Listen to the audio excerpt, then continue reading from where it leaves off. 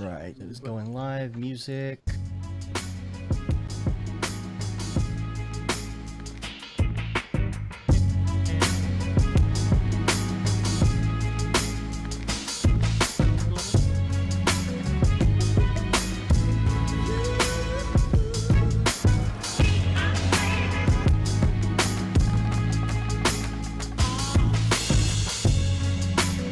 Who's gonna be the first one here? Gonna be the first one.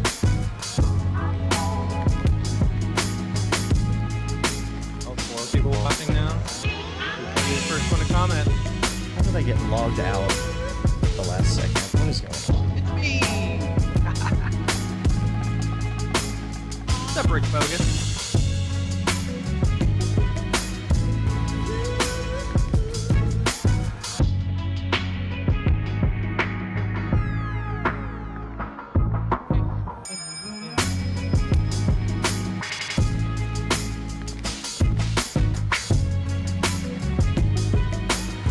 What's up, Chris H?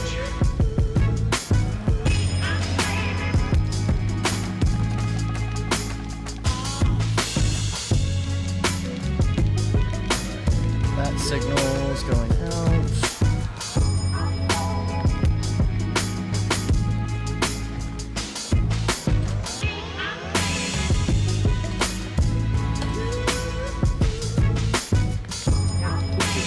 Going up and down, up and down.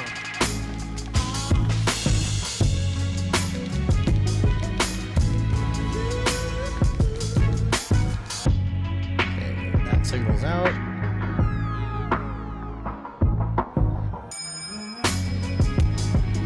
What's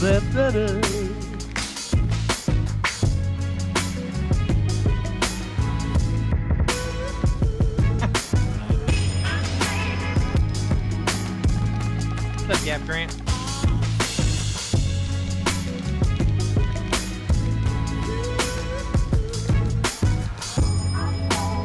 Hey,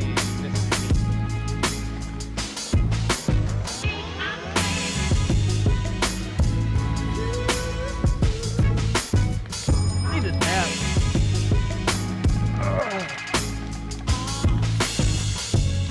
What's up, Todd?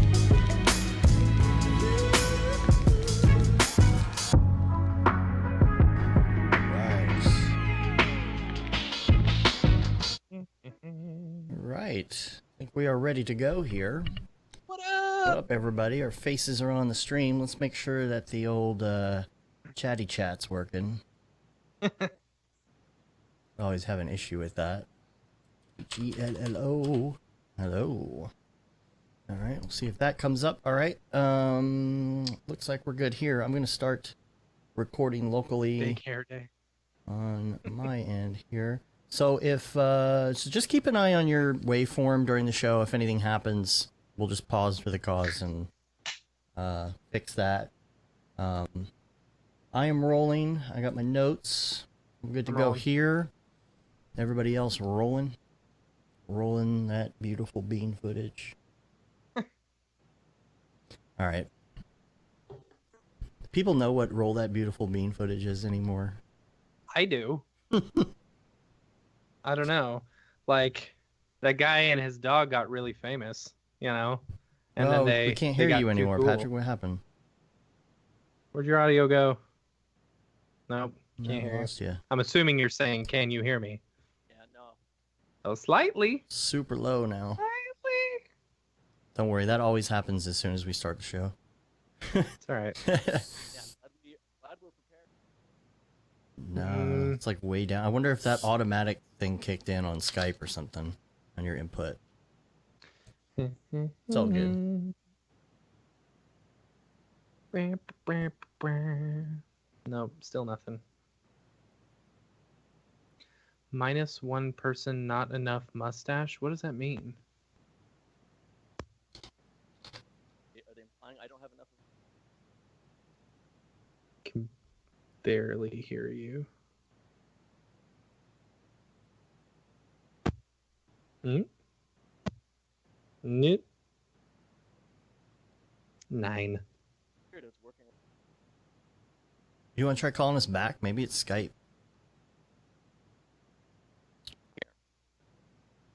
Boop, boop, boop, boop. What's up, Tesla Rock? Yeah, you want me to jump off and Oh, jump wait. back on? Now Now you I sound hear you better. a little bit. Say something? Say something. Yeah, you sound a lot better now. Oh, now we don't hear you at all. Now I don't hear you at all. Yeah, it seems like when I go into my settings. Did you go into your Skype settings and make sure that it's not doing like auto, whatever? And then there's also. There it is. Is that it? Yep. All right. And cool. sometimes Called Skype it. just... Yeah, it was the auto. Yeah. Sometimes Skype decides it wants to take over your microphone level. Yeah, especially when you're recording something differently. You know, I normally find that like if I have Skype open first and then Audition, like it doesn't do anything. It doesn't mess stuff. And even if you tell it to not do it, it still does it sometimes, which Yeah. is so frustrating. But Love you, man. Thanks, Windows. see, like right now, like it, See, now we can't it hear ducked you. you back down. Check your recording settings and your sound settings.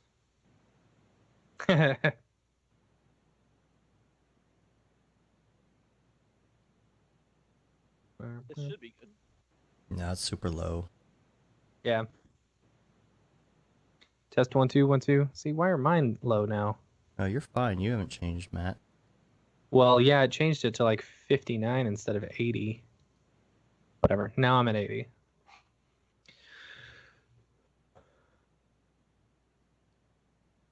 Yeah, you know what? I might have the Windows.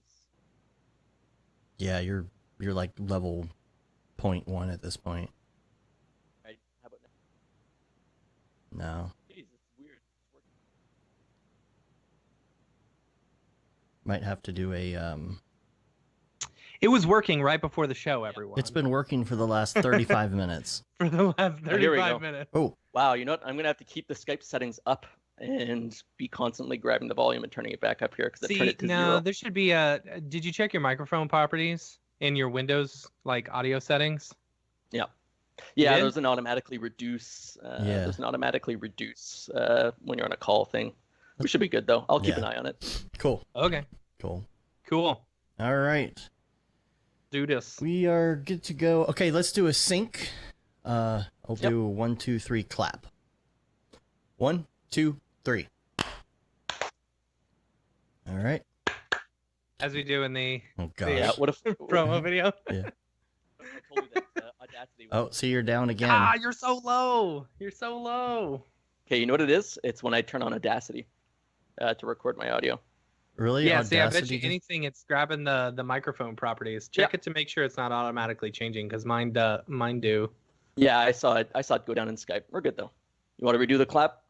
Nah. Yeah, let's do it one more time just in case. All right. Yeah. 1, 2, Now I got 3. 4 claps. Cool. Beautiful. All right, professional podcasters. Right? Yeah. It's going to sound good, though. It's going to sound good. All right. Here we go. What up, and welcome to another Mograph Mocast. I'm Dave.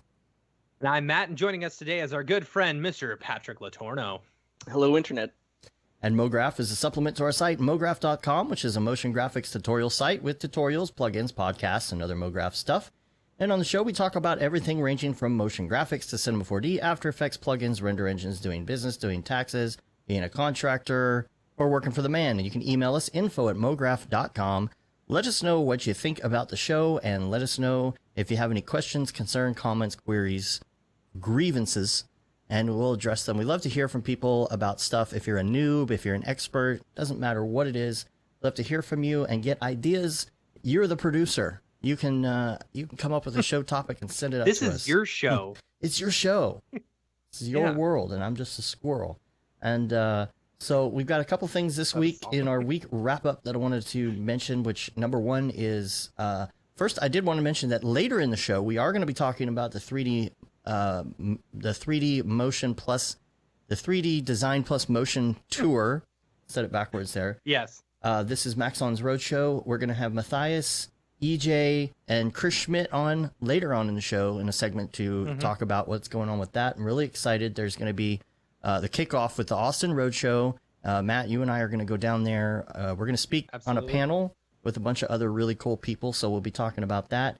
And the next day, we're actually going to road trip it back up with EJ, and we're gonna do a little beer meetup. It's not a full DFW C4D like we usually do. It's just a chill and drink beer at a brewery type thing. So that'll be a lot of fun. And so just keep an eye out for that. If you want more details, just stay tuned. Let's see other things from the week. Number one, well, PewDiePie got married. I guess it's really important that we. No, just kidding. Just kidding. This Spider-Man has been taken away from us once again.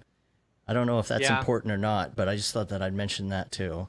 Did you see the reaction video of is it Jeff Goldblum when he heard about it? It's a very awkward interview. Did he say life finds a way? No.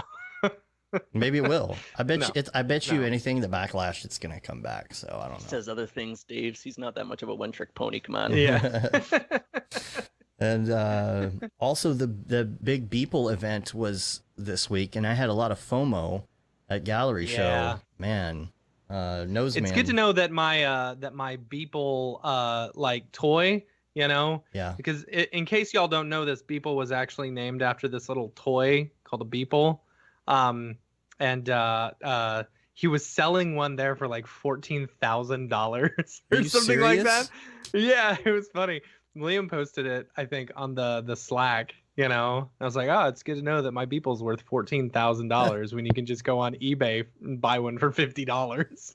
Yeah, it's fine art there That's for funny. you, right? They set Right? their own prices. Right? Exactly. It came with a certified, certificate of authenticity. Mm. Yeah.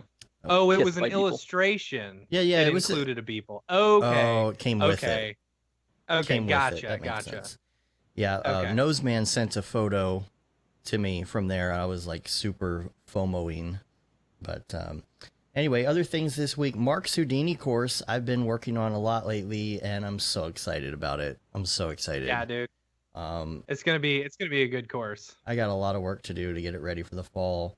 It's just a long course. It's 45 hours long, so a lot of editing to do. But I'm enjoying it because I'm learning Houdini while I edit. So bonus. And then Camp Mograph, a couple things on that. We have a few tickets left. We have rearranged a little bit. We're assigning cabins and things. We got a couple people staying at some B&Bs. So we do have some tickets left if you still want to get out there.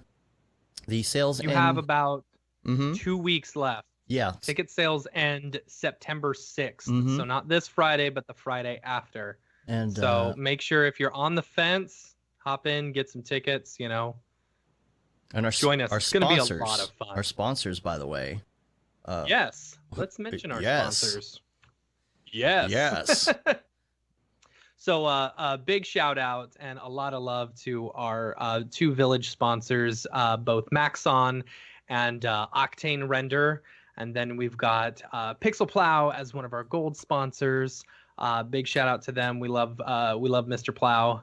And then our four bronze sponsors, Soul Emotion, Insidium, AE Scripts, and Red Giant. So it's super cool to have all these awesome companies on board and wanting to support Camp Mograph and what we're doing here. It's going to be a lot of fun. Yeah. And the closer we get to we spent like last week or something doing a lot of the organization stuff and like sending out emails, and we're doing the same thing this week to try and get everything. And then once the 6th hits and we know exactly how many people we've got on board, then it's like full on Camp Mograph. Yeah. I'm so pumped to start, to get there. Yeah. And then I guess the only two other quick things. Number one is Mograph.com. I did do a couple updates. There is now like a schedule, which is Mograph.com/schedule if you want to see the schedule. Also, the merch is up, and I think people are going to be really happy about this. I mean, the merch has been out there, but it's really like that it's kind of consolidated now, and a lot of people in the UK have been asking.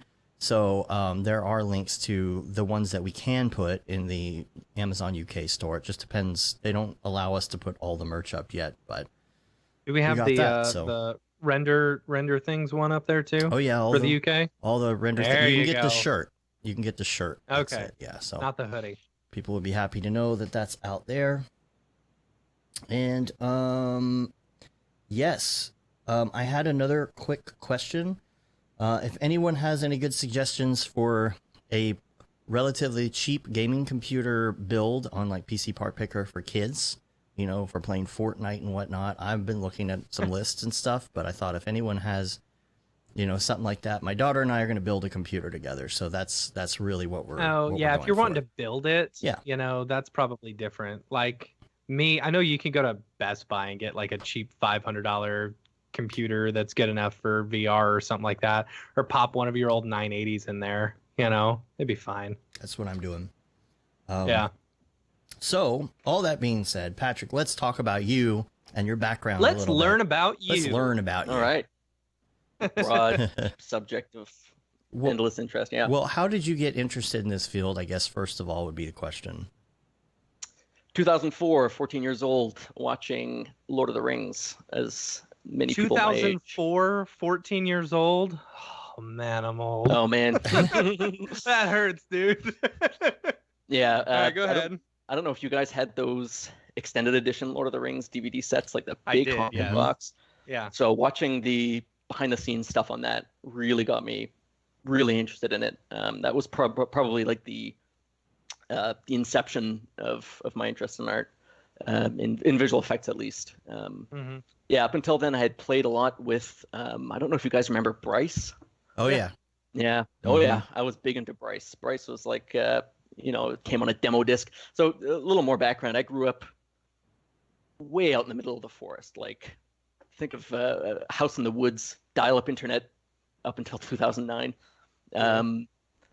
You know, kind of nothing but cornfields around, right? So there was a lot of time to piss away at the computer. And yeah, started with Bryce, moved up from there to sort of an interest in visual effects and doing things properly after watching these DVDs, and just kind of fell butt backwards from there into a career. Been very, very fortunate to you know, meet a lot of great people and have a lot of help on the way. So shout out to. Are you mainly a C4D guy? Yep. So C4D has been my main package since probably, boy, I want to say 2009. Cool. Sort of. Yeah, and like I said, growing up out in the forest, I would drive to a cafe that had high-speed internet. I would download every C4D tutorial I could, or every 3D or art-based tutorial I could, go back home, yes, plow my life into learning it. And yeah, like I said, just kind of the dominoes fell into places from there. What about schooling? Any like design stuff or anything like that, or self-taught, or just completely self-taught? Yeah, I have I have no formal training in art or anything like that. It's just been You're kind my of hero. Yeah. You're my hero. I appreciate it. Yeah, I mean, I've gotten a lot of help from art school graduates. I'll put it that way. My good friend Alex Shelubchenko, find him on Twitter, is a guy that I've been working with probably since 2012, 2013. Taught me a lot about the fundamentals of art and sort of, you know, getting your act together and naming your files properly. For sure. I find that's kind of a thing with self-taught artists. Can be a little lack of organization, if that makes sense for some of them. You really have to come up through sort of a studio environment to get that beaten into. I find anybody I've worked with who worked at a large studio, they tend to be very, very neat and clean, very tidy with their files. Yeah, my file organization is super anal, and if I ever go back and look at one of my very first projects, it's just one directory with all the files in it. Yeah, with everything in it. Yeah. Very flat hierarchy. Yeah. Honestly, I don't even like going back to my files from last week. Right. See, I don't know. I have a tendency sometimes to be kind of messy, but I always eventually clean it up. Yeah. You know, that's always that's where I eventually am. sometimes clean it up. Always eventually sometimes consider maybe thinking about Right. cleaning up my Yeah. project. Yeah. Creationism, right? Yeah. It's it's funny when Matt and I work together, because if I start a project, it's like He's got a completely different file Yeah. structure than I do, and I'm just like, oh, I don't like this structure. You know, he has way too many folders. Me, You guys don't. I have was that? what? Oh, sorry, I was gonna cut you off there. You guys don't have like a agreed upon setup. Well, we After do. Effects or We do. No. Okay. Well, No. we had it for a long time, but if Matt does a project for like a client on his own, he'll do his own file structure, and I'll open it The up, and I'm thing like, is, you got I 3 understand folders in here. Dave's. Yeah, I only need 3 folders. That's all I need. Project files, graphics, and renders. That's it. I feel like I've opened a bit of a rift here. Yeah, I know. I'm sorry. Where do your references go? My references, then you create a from client folder. From client, but that's not a reference. Well, okay, then you put your references in your graphics folder. Why would you in put it a in the folder graphics called ref? folder? Oh, in a folder called Because ref. that's So where what your you're PSDs, saying, your JPEGs, so your PNGs. so you're Why do I saying need there a should be separate a folder for reference PNGs, folder. PSDs?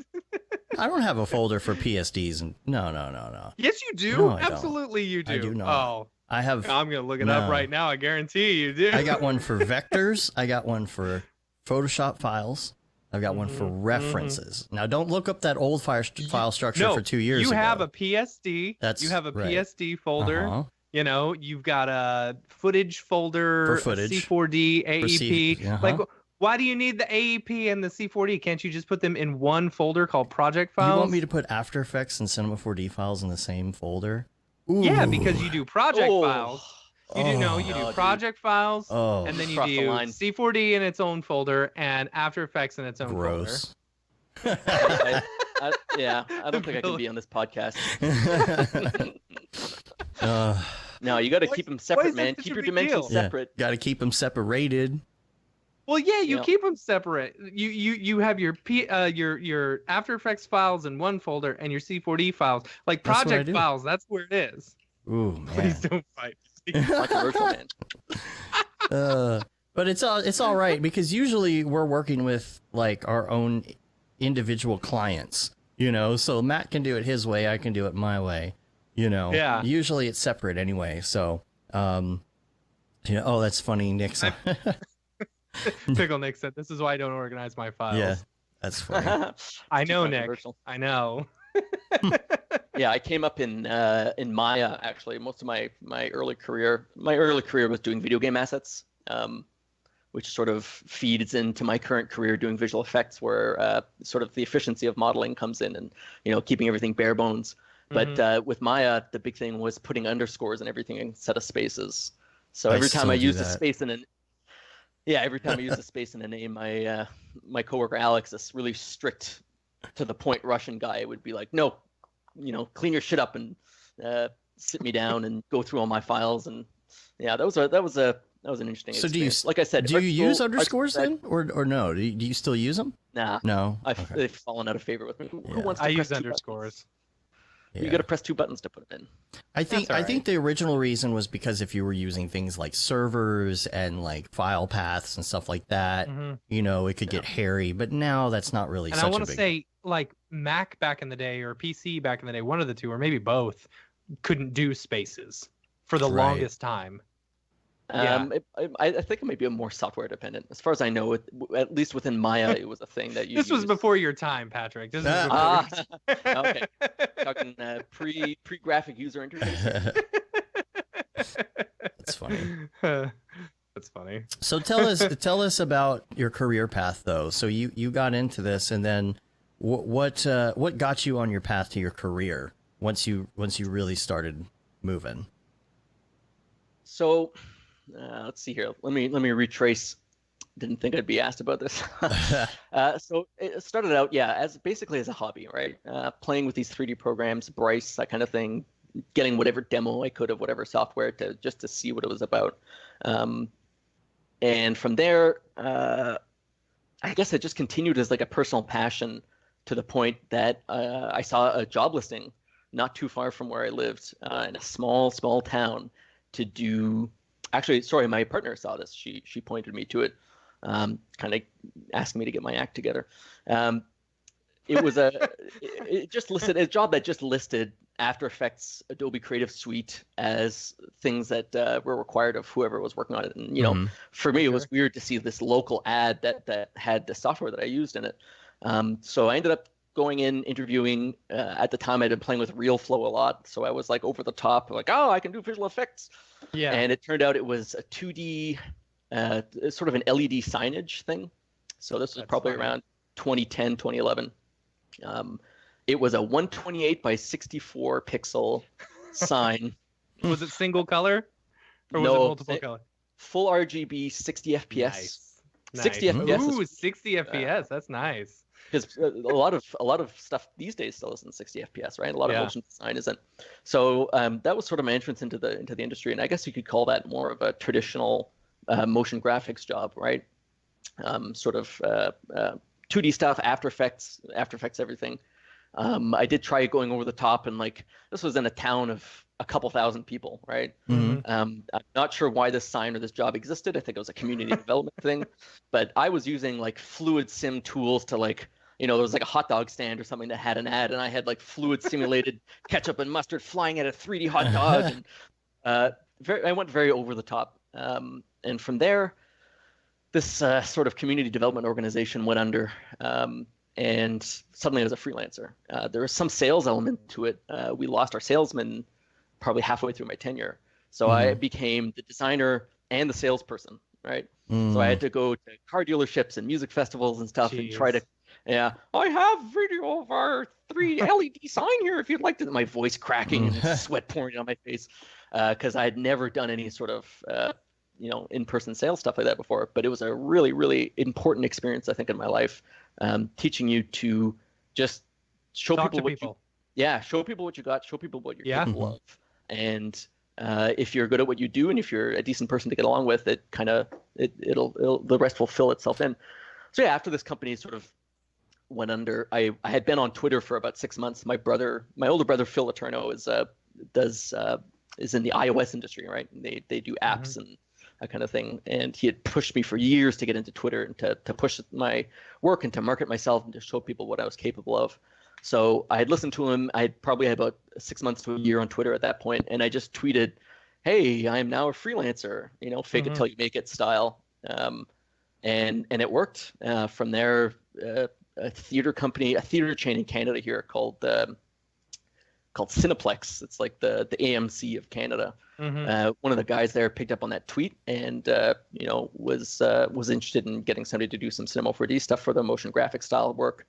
And from there it just took off. I was a freelancer for a few years. I worked for 2 years, like I said, working in the video game industry at a company called Martian Craft. And this was so this is sort of adds on to the large number of lucky breaks that I had. And I find that depending on who you ask, some people will not assign much to luck. I totally believe it's all luck. It really is. A friend of mine, Thomas Ingham, once told me that success is luck with a story behind it. Yeah, and that's what it was. It was a lot of luck. So I, through connections and through sort of being known as somebody who was capable of doing X, Y, Z, I landed a job at this company working on a video game. And so myself and Alex, you can follow him on Twitter, Alex S3D, came on board to do assets and design.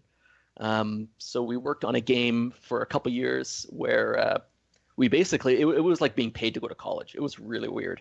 Okay. Everybody was kind of figuring out what they were doing. This company had lots of experience with iOS, but they'd never done a game project before.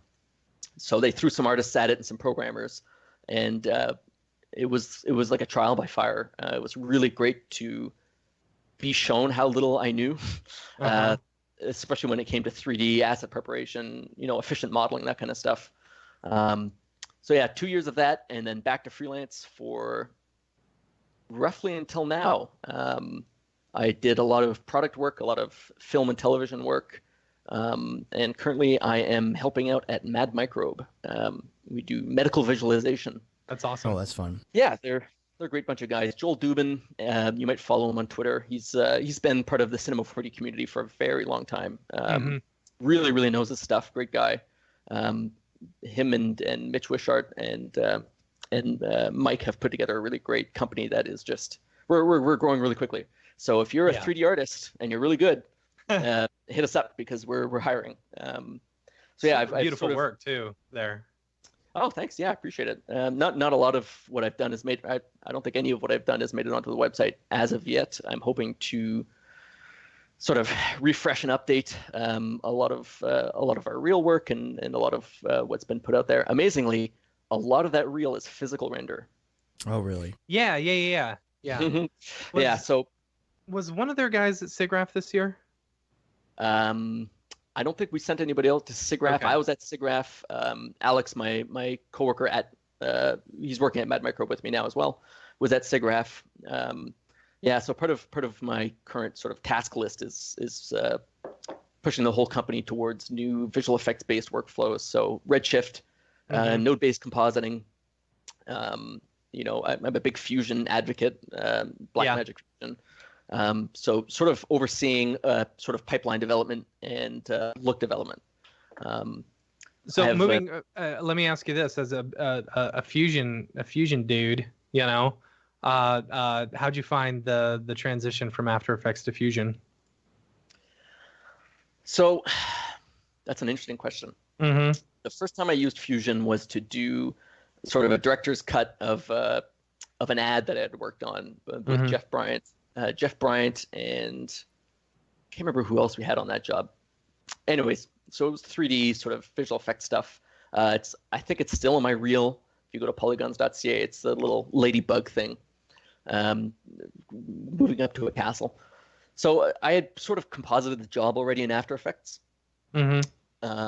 Wasn't super happy with it. And when it came time to, and this is the luxury of being a freelancer, right? When it came time to spruce it up, I was like, all right, well, I don't have any work on my plate right now, and I live like a college student, right? Ramen noodles, and Right. try to keep expenses super low, which afforded me sort of the time to work on a new version of it. And so I just ported the whole job over to Fusion, layer by layer, just to see how stuff worked. Yeah. And let me tell you, once you get into it, once you have to sort of arrange a complex 3D scene with nodes, you never ever go back. Right. Yeah. Like, yeah. My brain works in this, or I think my brain.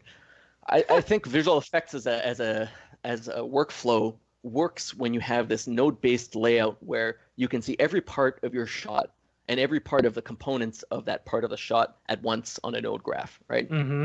What I found with After Effects is if I wanted to do any sort of complex nested layering or stacking of a lot of layers or passes, everything was hidden inside a pre-comp somewhere. And if I wanted to find out what was driving this particular effect on this pixel here, I'd have to hunt through pre-comps to try to find the source. That was really the genesis of what pushed me over to Fusion, because, like I said, you can see the entire shot at once. So does Fusion give you the ability to group a bunch and like condense them into one node? Yeah, so there's grouping. There's I believe groups can be collapsed and hidden, although I don't know why you would want to hide too much. Right. Yeah. The way it's built is really, really easy to fly around, jump from one part of a shot to another part of a shot.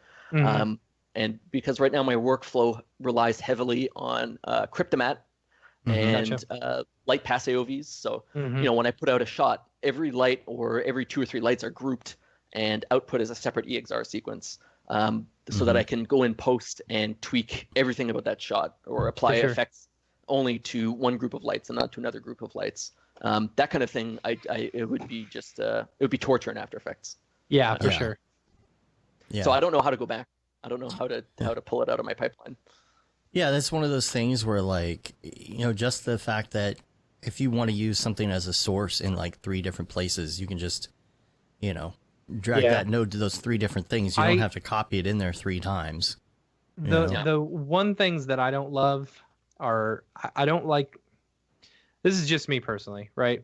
I don't love merge nodes, like having to merge and then merge and then merge and then merge. You know, 4 different layers or something versus just throwing 4 layers in one, then doing multiply or add. You know, I don't know. That's just me personally.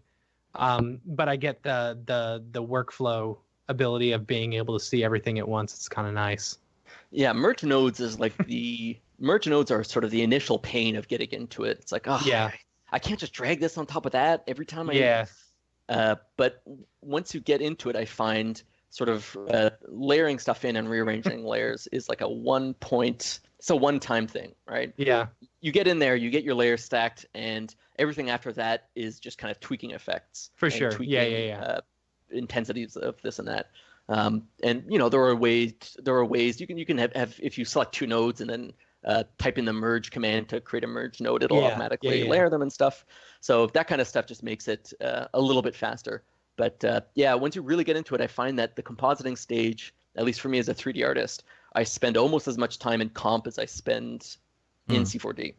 Mm-hmm. Yeah, Lucas is asking if you still do anything in After Effects at all. I mean, I've done a few things in like Nuke, for example, and it's like, this works really well in Nuke, but sometimes if you just want to throw like, I don't know, like a levels on something, do you go the route of opening Fusion, or you just...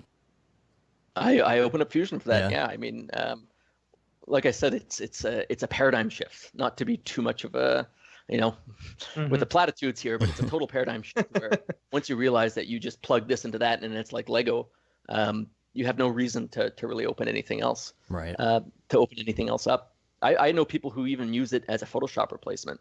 Really?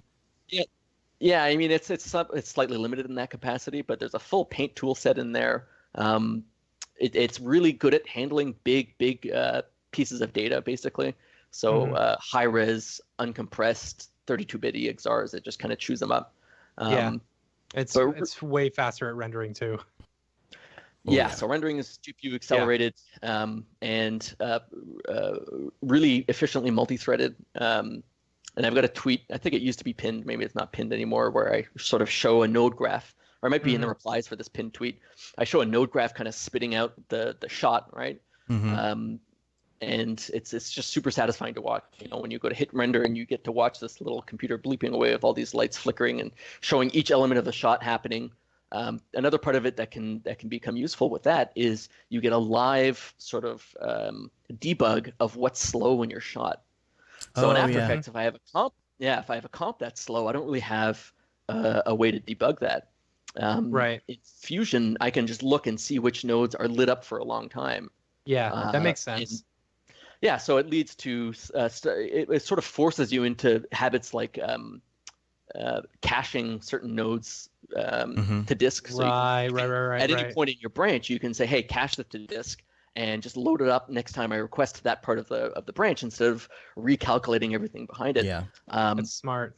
Yeah, so you can lock down parts of your comp once they're looking good and just load them back from cache, and it's instantly much faster. Yeah. I was talking to an old boss of mine. He's not the most tech savvy the other day, and he's been on Mac forever. I was like, come on, dude, you just got to get a PC.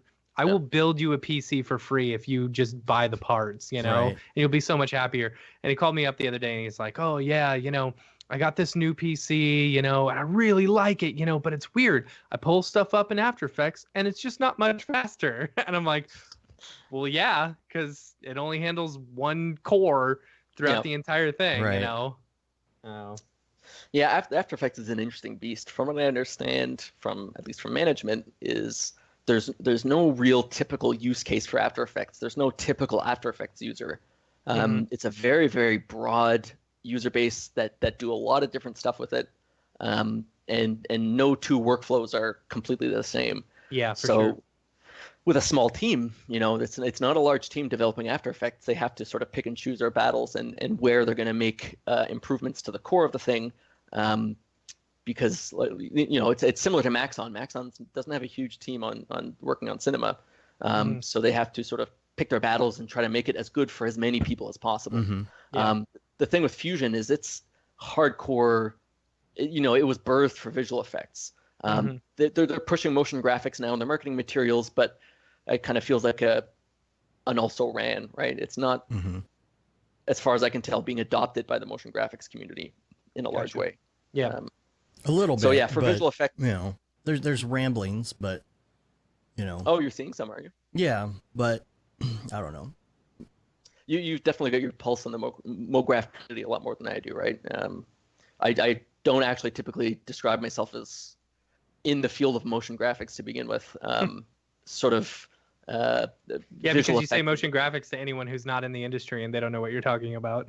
Yeah, or even if you do say motion graphics to somebody in the industry, it doesn't really describe sort of my background and my skill set. Right. Which is more typically towards it's interesting. My sort of involvement with the motion graphics community, a lot of it is through Cinema 4D. Mhm. That community tends to congregate towards motion graphics in a really, really strong way. And For so I sure. found that everybody else was using this to do motion graphics. So sort of cozied up with a lot of Mograph people, and that actually led to a lot of opportunities. When it was found out that I do 3D stuff like sort of texturing and modeling, they're not typically skill sets that are strongly represented in the Cinema 4D community, if that makes sense. Yeah, like Yeah. Teddy says in the chat. Can you make me a website? You know how much I get that? Oh, you do Yeah. you do visual effects and motion graphics, Yep. huh? Do you do graphics? can I you make me I've a gotten website? that. website? Yeah. Yeah, all the time. Yeah, I tell people I do. I tell people I do visual effects, and they're like, "Oh, that's cool. Do you do websites?"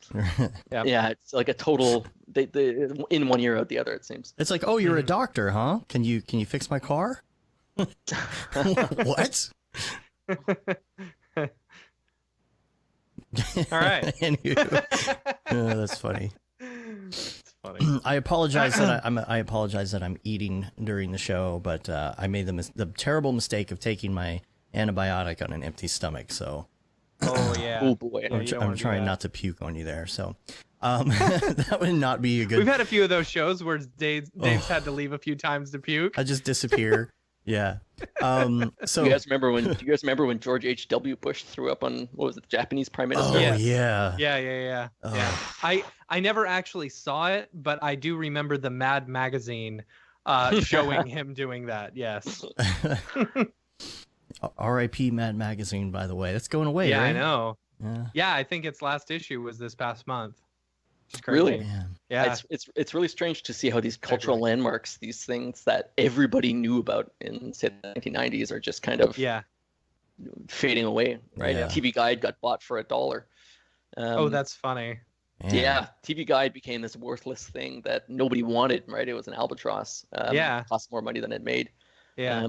Yeah, that plays into sort of this whole decentralization of culture that's happening in fast forward with the internet. But Yeah, and speaking of sure. which, I was talking about the computer thing, and I was hanging out with my daughter yesterday, and I'm like, well, we're not going to buy stuff for your computer today, but we're going to look at it.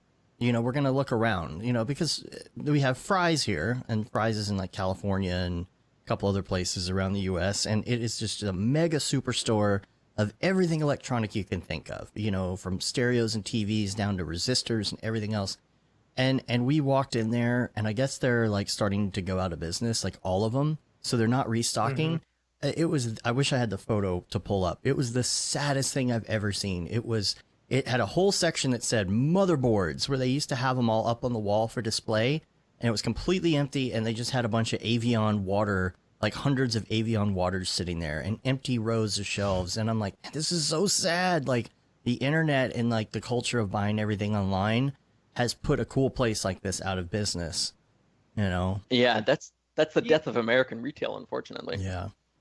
It's Yeah. I mean, but still, like if you're buying a motherboard, like I mean, I could understand wanting it that same day, wanting to build a computer that same day, but honestly, like it's not like you can go to a store and try out a motherboard, like a pair of shoes or something like that, you want to look at things like fans. Sometimes they have the fans on display, and then it's like, okay, here's a bunch of different chips you could buy, or here's some different hard drives. And a lot of times, if you're a computer enthusiast and you're building a computer, you realize I forgot that one thing that I needed, right? Right. Oh man, right. I got this kind of RAM instead of that kind of RAM. Well, let me just run up to the store real quick and swap them out. Nope, you got to wait 2 days, and you got to send the other one back on Amazon or Newegg.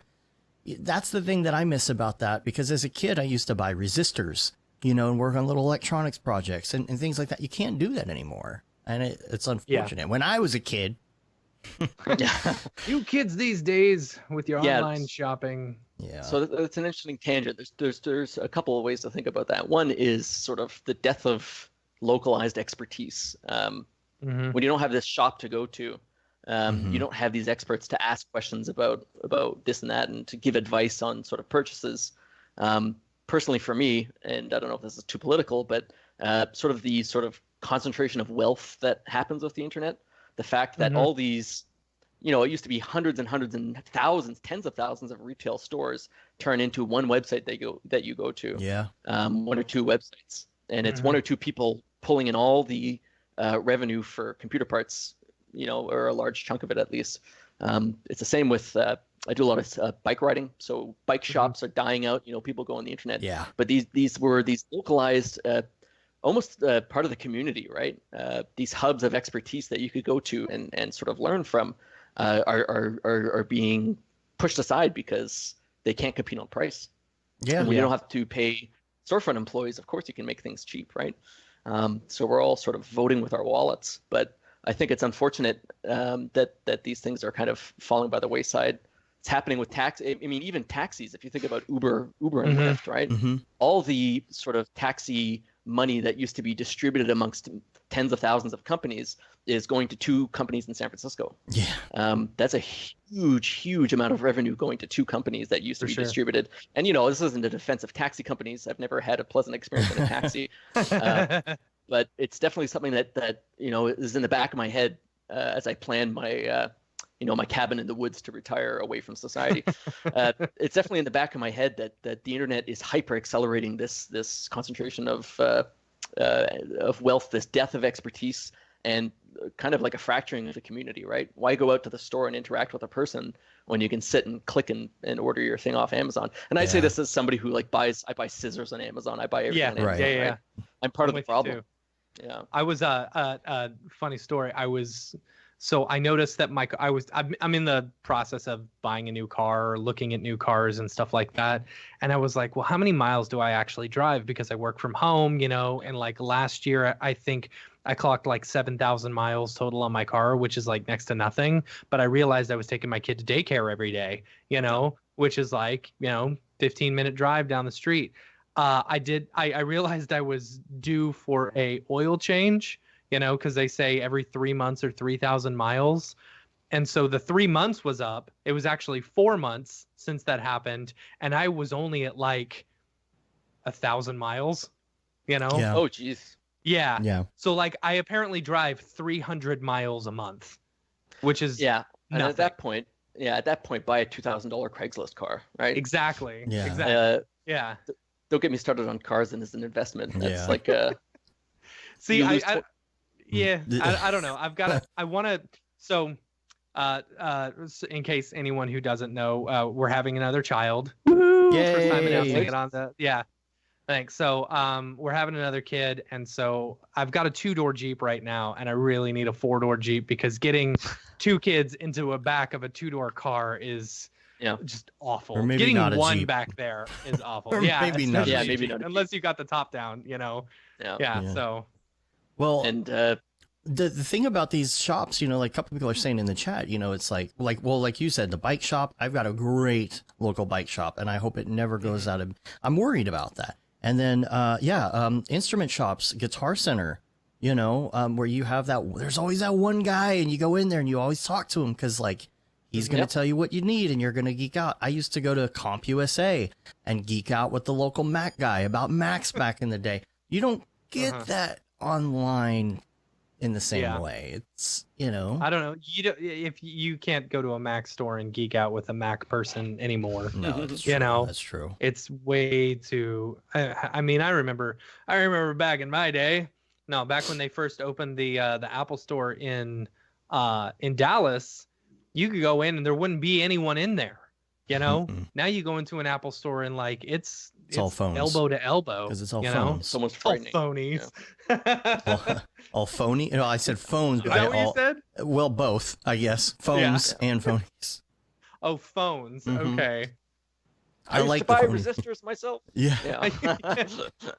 I used to calculate the ohms one by one. Yeah. Well, Oh, geez, you got hardcore into nerding out on hardware then. Oh man, I would solder stuff as a kid and look up things in books and blow I things just got up. my first soldering iron. Oh really? That's how far behind I am. Yeah. Now, did you go Yeah, with like the building cheap one, or did you go with like the gas powered, like the butane? Gas powered? Yeah, like they have the soldering iron. They have like the butane ones. They heat up really fast, and or is it just like You're not joking? Oh yeah, No, yeah. no, no. I know what he's talking about. Yeah. Oh wow! They had a I thought, butane one, and I think it was wireless, right? So you just like Well, yeah, you Yeah. get it's like a butane. little flame, and then you'd put it in the thing, and then it would heat up. My dad used to have one when I was growing is it a up. Yeah. pull? I was imagining like a pull cord start Oh, yeah. lawnmower engine. Hold up, hold up, hold up, son. Let me power up the soldering iron. You're just. Yeah. No, I went with the cheapest soldering iron I could find. Are you I- building I something? I'm building the cheapest possible 3D scanning photogrammetry setup. And so for that, you need some soldering. That is I a- have to build sort of like a. Sorry, go ahead. Oh, I said no. That's a really good segue. That is a good. That segue. is a Maybe I really can pick good this up. segue. Because Yeah. we wanted to talk about your 3D scanning setup. Do you still have your camera sitting there you showing us earlier? Yeah, I have actually the whole. Maybe I can pick up the whole rig here. There's a sort of a 3D scanning studio table over here. Oh, geez, I'm going to knock something over. So this is sort of like All of a sudden, his the camera Ooh, goes, right? yeah. I'm hitting the ceiling with a post here. So this is sort of the Whoa. version that sits. Yeah, it's a little hard to see. I'll have to tweet a photo of it. This sits by a turntable over here. I've got an automated turntable that rotates the subject, takes a photo, rotates the subject, takes a photo. So it's super automated. I only have to do one row of photos, so I can scan something and have like a usable mesh in like 10 minutes. That's cool. Sweet. Yeah, And which it's automatic, you said? it's automated. Automated. Okay. Yeah, and a lot of the automation is not currently working, right? Like automatically taking photos isn't working. I'm having to sit there and trigger it every time the turntable stops.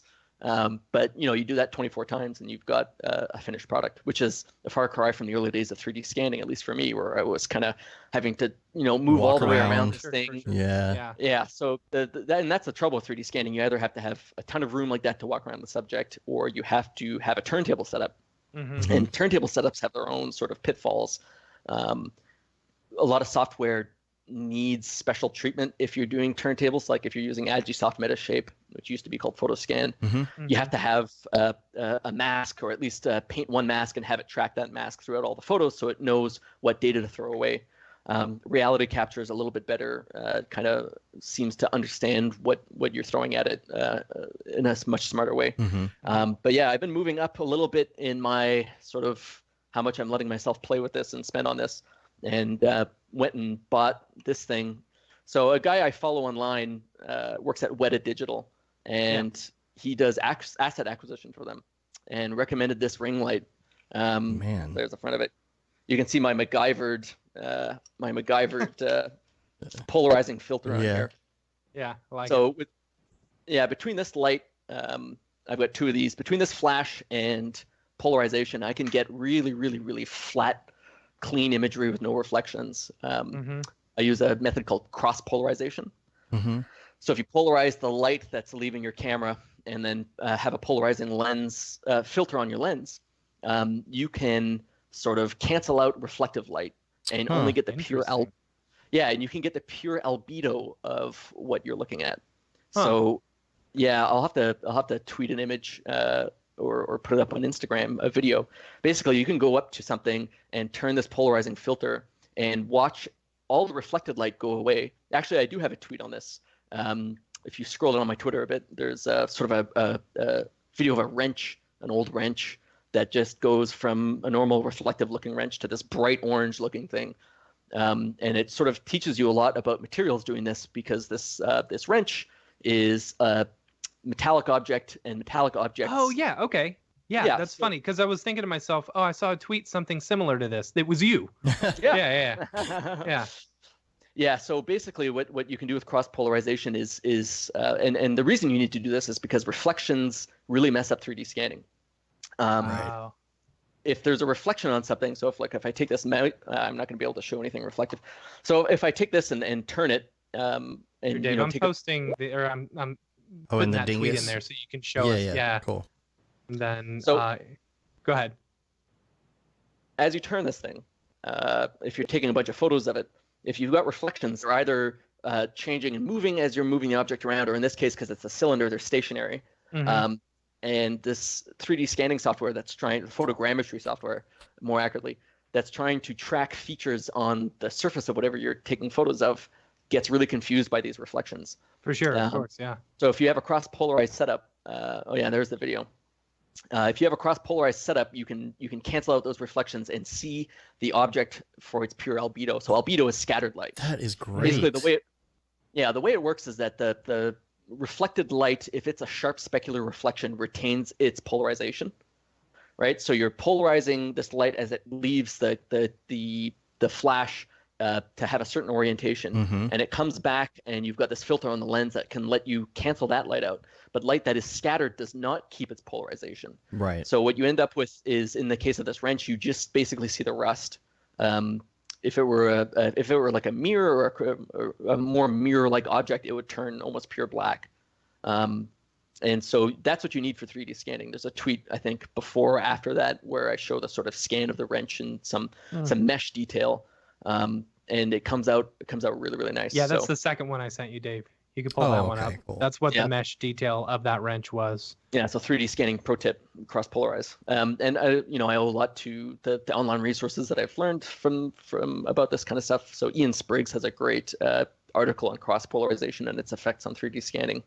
I think I did a muffin too recently, although that one wasn't cross polarized. That muffin was weirdly popular. People seem to really enjoy it. What's the polygon count on something like that? So on the wrench. Oh, never mind. 30 million. Yeah, 30 million polygons on the muffin. Yeah, so the muffin was like 35 3 million. gigs. Holy cow. Yeah, 3 gigabyte muffin. Wow. That's so crazy. we'll put links to that too in the show notes for anyone who's listening. And so there's a bunch of questions in the chat that I wanted to get to real quick. Sure. One was, so it's not really, I guess, about how many cameras you have, because you're using the turntable. So I guess my first question is going to be, but you've got what kind of 3 cameras, right? From it looks 3. The look of your setup, it looks like it's 3, right? Yep. And what awesome. what kind of turntable are you using? Is it something that's made specifically for this, or are you making something yourself? Yeah, so I'm using the Foldio 360. It's a pre-made product. It's sort of targets e-commerce, right? So if you want to take a lot of 360 photos of, whatever you're selling on the internet, people will use this for eBay sellers, that kind of thing. It lets you do the click and drag thing. Combining that with 3 DSLRs, you end up with 3 rows of either 24, 36, or 48 stops. And you pull it into Agisoft or something, and you'll see the camera positions, right? And you get the equivalent of having walked all the way around this thing at several different elevations to get as many views of it, as much parallax as possible. There's the Foldio there. So yeah, you can see it's usually for eBay sellers, that kind of thing. But really, really great for photogrammetry. I was shown this by a Dutch website whose name escapes me. But it's been really fantastic so far. So yeah, the 3D scanning thing just kind of started as like just something to throw write-off money at, if that makes sense. So that's interesting that it's got a built-in light there. Yeah, so the light I can't speak to its effectiveness. I haven't used it a lot, but it's got an app, a really great app on the iPhone that lets you turn it. You can turn it every which way or set preset increments of the number of stops you want. And I've been told that they're working on software for Windows to sort of connect your camera directly to your PC and have these pictures offloaded onto your PC as you're taking them. Right now, I use something called Digicam Control. And so all 3 of those cameras are plugged into my PC by USB. Cheap. $139? That's not bad. Oh, that's like I with said, the tripod. Yeah. So wait. I'm confused. Oh, never mind. That's awesome, man. Weird. Yeah. So and that's sort of been the point, is to build it as cheaply as possible. Mm-hmm. And a couple people were asking about what software you use. I guess I didn't realize that the Agisoft changed their name. The photo scan is called what now? Metashape. And I've tried the demo. Really doesn't tell you what it does. Yeah, right. Yeah, I guess I don't know. Are they changing the design? Is it getting a little bit easier to use? Because the interface always seemed a little clunky to me. Yeah, Photoscan's interface is not fantastic. It's a bit legacy. There are competitors out there. There's 3D Zephyr. There is Reality Capture, which I've used, which has been really great. Try Reality a demo Capture with that. That's not. Yeah, it's easier. So the problem is that no matter what 3D scan software you use, acquisition of the images is a lot of work. Processing of the scans themselves is a lot of work. Fixing the scans is a lot of work. That's what I was going to ask. Do you retopo stuff like on the reg? Oh or, yeah. So you've got to Ugh. retopologize every scan that you bring in, right? So that muffin is 35 million polygons raw, but I resample it to maybe 200,000. It's not bad. It's not bad. It's not too bad. Yeah. And then I bake an 8K displacement map. So when you go back into Redshift and you're actually rendering, you're going back to close to that original quality. Right. I would keep it at 35 million, but when you need to create the texture, it's really hard to UV unwrap 35 million polygons. For sure. So you gotta bring it down to something a little bit more reasonable, especially if you're in Cinema 4D. Uh-huh. So you got to bring it down to something a little more reasonable to sort of transfer that detail on. And you can do all sorts of stuff. You can bake ambient occlusion maps. You can bake normal maps. You can there's a lot of different methods for adding detail back to a scan after it's been down-resed. But what is are you using software for retopo? What are you doing to do that? It depends on what the final use case is for the object. Typically, so a lot of people love quad-based retopology, right? Everybody wants this really clean mesh. But honestly, if you're not, and this might be from my game asset background, if you're not going to be deforming the mesh in any way, it can be whatever works, right? Whatever gets the triangle count as low as possible. So for retopology, Houdini has a lot of great tools for this. Houdini has something called the game res node. So you can plug in like a super high res mesh to this thing, and it spits out a baked low poly map like that. Very, very handy. A lot of the triangulated meshes that I use, honestly, are just right out of reality capture that you can down res within that software. And you end up with something that, like I said, you're not going to be rigging and deforming this thing, but what matters is that it's UV unwrapped and that you can displace it. Yeah, and how is the displacement done at that point? So yeah, I was for the curious muffin, about that too. Yeah, get ready for a blast from the past here. For the muffin, I used something called XNormal.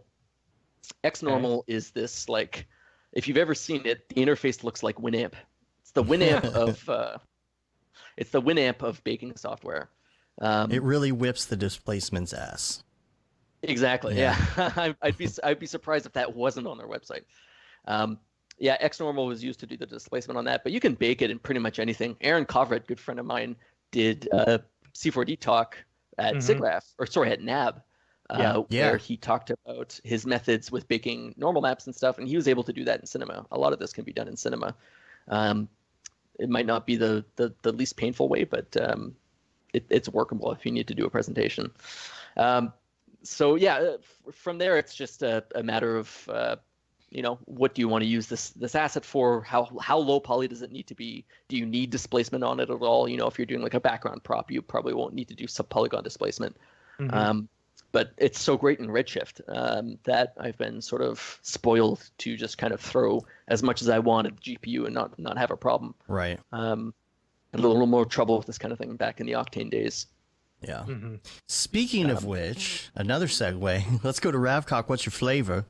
What's your flavor? I'm noticing every time you pick up your coffee cup, you have a different coffee cup. What is going on? Well, if you're not drinking from two mugs, what are you doing with your life, right? Yeah, I've got water here. Oh, okay. The other one. Okay. Yeah. Okay. I should have had a few more mugs. Yeah, like 16 different mugs that you would just drink from each time. Just see when somebody notices. Yeah. So you were at the Redshift booth at SIGGRAPH. And so I guess you were learning a little bit more about the RT stuff, which I haven't heard much about. I'd love to hear more about it. Yeah. If you know. Yeah. Redshift RT is going to be very exciting. So anybody who's used Redshift before, if you're not familiar with it, it's a GPU renderer. It's been built up basically from 2013 from the ground up to be a GPU only renderer. There's no CPU option. There's been some growing pains in that way, but it's a really, really fast renderer. Probably the downside of it has been sort of interactivity. If you've got a really, really big scene and you're sending it to Redshift, sometimes if you change some stuff, it's got to do a lot of math to sort of re-prep that asset for the GPU. and there's a bit of a delay there. Part of that is going to be fixed in future updates with more optimization. So there's sort of some house cleaning stuff that happens on the GPU before things are sent over that should make it a lot more interactive in the coming year. But yeah, Redshift RT is basically a port of the Redshift kernel, as I understand it, a port of the Redshift kernel to DXR, which is what you're seeing used in video games right now for sort of reflections and stuff. Okay. It lets you do final quality. Well, the promise is final quality renders at like 60 FPS. So if you've seen URender, or if you've seen a Blender Eevee, which is I was gonna say, how does it compare to Blender Eevee? So yeah, this is the thing these days. It's very interesting to watch how everything is getting compared to Blender, right? Blender is like this this upstart shooting star of a software. It's been really great to watch. I wish I had Blender when I was a kid. Yeah, that would have been such a great entrance into the industry. So compared to Eevee, Eevee is it's a viewport preview tool. Not a ton of final work is being done in Eevee. I mean, there's a lot of people showing off what can be done in Eevee, and that's great. Redshift is sort of adopting a similar approach in that the idea behind Redshift RT is that it's the tool that you preview in, the tool that you do your look dev in, and then you hit a switch, and it goes back to Redshift pre-rendered, Redshift production. Right. Mm-hmm. And the goal is the artist won't be able to tell the difference. So you press a big button. Goal. Yeah. Yeah, there's some lofty MFers over at Redshift there. They really don't aim low. I'm hoping this is not on the verge of over promising on their part, but from what I saw, they had a very, very, very early preview of Redshift RT. They had just gotten it working not long before SIGGRAPH, and it was instant. And they told me this is not optimized at all. Nothing about this has been sort of gone over with a fine-tooth comb yet. This is just a proof of concept. Right. And he was moving the camera in the scene, and it was think of like a stylized interior scene, maybe like the Rusted Pixel would do. Stylized interior scene with light coming through the window and making big time GI. And it was the most beautiful thing I've ever seen for this camera to snap to a new position, and instantly you see this update. Yeah. Because my sort of my area of expertise is usually in look dev, so making stuff look, material workflows, lighting stuff, and to imagine having this tool that I can just kind of immediately see updates from that isn't Octane is a very exciting prospect for me. And I spent a couple years in Octane. I used it in production and stuff. So there is that part of me that really misses its responsiveness and sort of the instant feedback that you get from it. Right. So hopefully this fixes that. Downside of it, at least at this stage, there's no out of core. Oh, okay. Yeah. So you have as much preview space as your GPU can hold, basically, at that point, your VRAM. I think a lot of Quadros are going to fly out the door when this happens because people are going to want the 48 gigs to preview their Redshift RT scenes. But I'm being told that there's a lot of tricks that are being worked on, texture compression, texture down-resing, that kind of thing, so that you can at least still see your scene. Is that just because of the transfer time to get it, back from the hard drive into memory? Like, what is there a reason? Yeah, that's pretty much it. So, with GPU rendering, every time you want to render something, everything about that object has to kind of get baked out to be compatible with the GPU. If you've ever used Redshift, there's pre-processing time. This is the whole thing with Redshift proxies, right? When you output a Redshift proxy, you're pre-computing all of that. Translation ahead of time, and when you load it from disk, it just gets piped straight into the GPU. Whereas usually when you want, if you're not using Redshift proxies. Not to throw you off really quick, but that brings up an interesting point. So say you take your project and you render, or you export it out to a Redshift proxy and then bring it back into your thing and then render it. Will it be faster? Yes. The initial sort of load time will be faster because like I said, you're pre-compiling it for the GPU, if that makes sense. And at that point, your interactivity gains are pretty huge. Typically, Redshift proxies are best used if your object has a lot of geometry and you don't need to change it. Because Gotcha. you're baking this thing out and you can't go back in and change the polygons on it. You can't go back and edit vertex data because it's all sort of baked down. But at that point you can have, so the way proxies are handled is they're only loaded into GPU memory when array crosses their bounding box. Okay. So if you've got a tree, say a super high poly tree, and it's way off on the side of your scene, it's not going to get loaded into memory at all until it absolutely needs to. And that's sort of the benefit of it. So with RT, the way this sort of plays in is everything needs to be on GPU memory at all times for it to be like video game speed. So I don't have enough information to know if out of core will be coming. I'm sure they would love to. But from what I understand, it's going to be basically full quality Redshift in real time. So what's the advantage of using production Redshift versus Redshift RT if it's just going to look the same? And that's a good question. That may be a question for devs. But from what I understand, I mean, the thing is, for me, if you could get like 75% or even maybe even 50% of the way there, in RT, and like say you've got issues with like banding or some I don't know, artifacting or something like that, like as long as it's like good enough for look dev, being able to render that out and be like, okay, now let's switch over. Okay, now I've got like 20-30 seconds, 2 minutes of render, frame or something like that. I mean, that's still good enough for me. I mean, crap, most of the time I'm rendering out hardware passes. People can't even see what these textures look like and stuff like that, Yeah, I'm really excited for it as a sort of play blast tool. That's going to be fantastic to have basically final quality instantly. From what I know, some stuff won't be supported that would be useful to have that's supported in full production Redshift. So stuff like light linking. I didn't ask about AOVs if arbitrary output values would work, but I wouldn't be surprised if like the output that you get is just that final rendered image. I'm speaking on very little information there, so don't quote me on that. Yeah, but still, even if you're able to like set those up after the fact, Yep. Like I'm saying, like play blasts would just be like cake to be able to get out, Oh yeah, play blasts are about to get much prettier. Yeah. So I mean, it's not an immediate term thing. We're not going to see anything this year, I don't think. But it's something that's off in the background being worked on by some really smart people. And they've expanded the team for this too. So they've got a new team working on Redshift RT with the developers of Redshift sort of overseeing it and doing the core architectural stuff. The Redshift developers themselves have a background in video games. They used to write video game render engines, right? Yeah.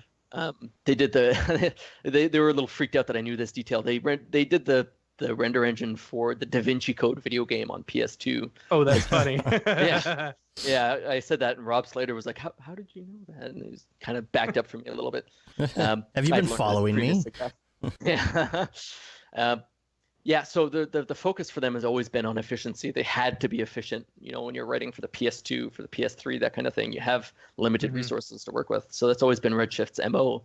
So to go back to RT is going to be this really interesting full circle thing. Like I said, the main advantage might not just be AOVs, it might be this out of core thing. So if it is in fact the case when it comes out that you can't go out of core with Redshift RT, that's going to sort of kibosh a lot of dreams of like super high quality output from day one, right? Because if you have, I don't know, like I rarely ever, if ever, I have gone out of core with stuff. I mean, you got some simple Mograph stuff. I don't think you're ever going to get out of core on that, Oh, you're right about that. Mograph is going to be, for Mograph stuff, it's going to change a lot for people, I think. For sure. Depending on what kind of stuff you can output from it, the speed of it is going to be just spectacular. Even with complex stuff, Redshift can hold, 12 million triangles in 1 gigabyte of VRAM, right? Wow. Yeah, so if you've got 10 good. gigs of VRAM, That's your out of really core good, yeah. geometry is not going to be. And Redshift does something. So I've had a lot of people ask me about the differences between Octane and Redshift as I evangelize over the last couple of years. I was on like the Redshift pre-alpha, using it for final production work. Like For sure. Yeah. I took a big chance there with Redshift's pre-production, pre-alpha version. So the Redshift not only can hold a lot of geometry in very little space, but the way it handles textures is similar to the way Arnold is. If you pre-process your textures in Arnold, you can save them out as an Arnold texture file. When you give Redshift a texture, it takes this 8K texture, and the first thing it does is it makes bitmaps of it. So bitmaps are just like 8K, 4K, 2K, 1K, 512, 256, 128, all the way down to 8x8. Right. But it also tiles the textures. So you give it this big 8K texture of a face that includes the back of the head. If you're doing a render where the back of the head texture elements aren't required, it only loads the tiles from that texture of what it needs. Oh, interesting. And only at the resolution that it needs. So it's tiled bitmapping, it's called. So I'm guessing that a lot of people's even relatively complex projects, because of the way it handles stuff so efficiently, is gonna fit on Redshift RT. And I did a tweet about this theme of the day back when I first tried Redshift, where I had a globe, those high-res NASA maps that you can get of the Earth. Yeah, of course. So I had that in Octane in one screen. I had it in Redshift in another. And this was when I was just sort of starting to understand what Redshift was about. And Octane used, 2 gigs of video RAM or whatever to load this. I think it was like a 64,000 pixel texture or something. It was huge. And Octane was using 8 megs. Sorry, Redshift. I misspoke there. Redshift was using like 8. Yeah, almost sold a lot of Octane licenses there. Because of the way Redshift is able to do this tiling bitmapping, it was only using 8 megs because the part of the texture that was visible was the front of the globe, right? So, and because there was nothing fancy going on there, no reflections, the back half of it didn't need to be loaded. The other part of it is Redshift will look at how large something is in screen space and say, okay, this thing has the 10K texture, but it's taking up, 150 pixels of screen space. It'll look at that screen space size and say, I only need to load the 512 by 512 version of it. It's like texture. LOD for textures, basically. Very good. Yeah. It's exactly, it's very much like an LOD for textures, but also frustum culling. So, things that are outside of your view don't need to be pulled up. And things on the backside of objects don't need to be loaded into memory. Right. So, I haven't been able to try any of my stuff on Redshift RT. I'm hoping to be able to do it as soon as possible. But I'm really anxious to see what their solutions will be for sort of large texture complex scenes, because typically I like to throw a lot of data at whatever I'm rendering. A lot of with medical viz now it's a lot less. There's not a lot of sort of bitmap texturing being used, if that makes sense. I do a lot of procedural materials. Yeah, for sure. Which saves a lot there. There's a ton of geometry though. A lot more than I used to use. But yeah, typically in my personal projects, I like to throw a lot of texture detail on my stuff. As part of what drew me to Redshift to begin with, knowing that I could throw basically unlimited geometry and unlimited textures is what Redshift's pitch was from the start. So I'll be very interested to see how much they will rely on like crunching down textures if you go over your GPU limit, or what other tricks they might have. But yeah, it's exciting time. It's exciting time for rendering. I mean, if you think back a few years ago, your choices were like V-Ray. Arnold was still very young, at least earlier in my career. It was this upstart thing that was too slow for anybody to use. Yep. You had like Maxwell. It's Brazil. funny if you go back to some of our early episodes where we're talking about Arnold. Like I'm like, oh yeah, it produces a pretty picture. It's just way too slow, Yeah. Now it's not as much. No. And you got Splutter. Was it Splutterfish? What was the one? That's way old. That was like one of the very first like GI things. There was like, oh, I think it was Splutterfish. Something fish, some kind of fish. Yeah, showing my age a little. Gefilte fish render. But we got a couple email social questions that I think will be pretty fun to answer here. And so one of them though, I don't know who this is from, because Matt, you sent me the text, but I don't know the person's name, unfortunately. And I don't remember it now because it was on Slack. And then it disappears, Yeah. Because we don't pay for it, because we cheap. All right, let's let's go to that real quick. It says, I've been working as freelance in Brazil, and I used to work a lot in different tasks, from modeling, rigging, animating in Cinema 4D to making 2D motion graphics in After Effects.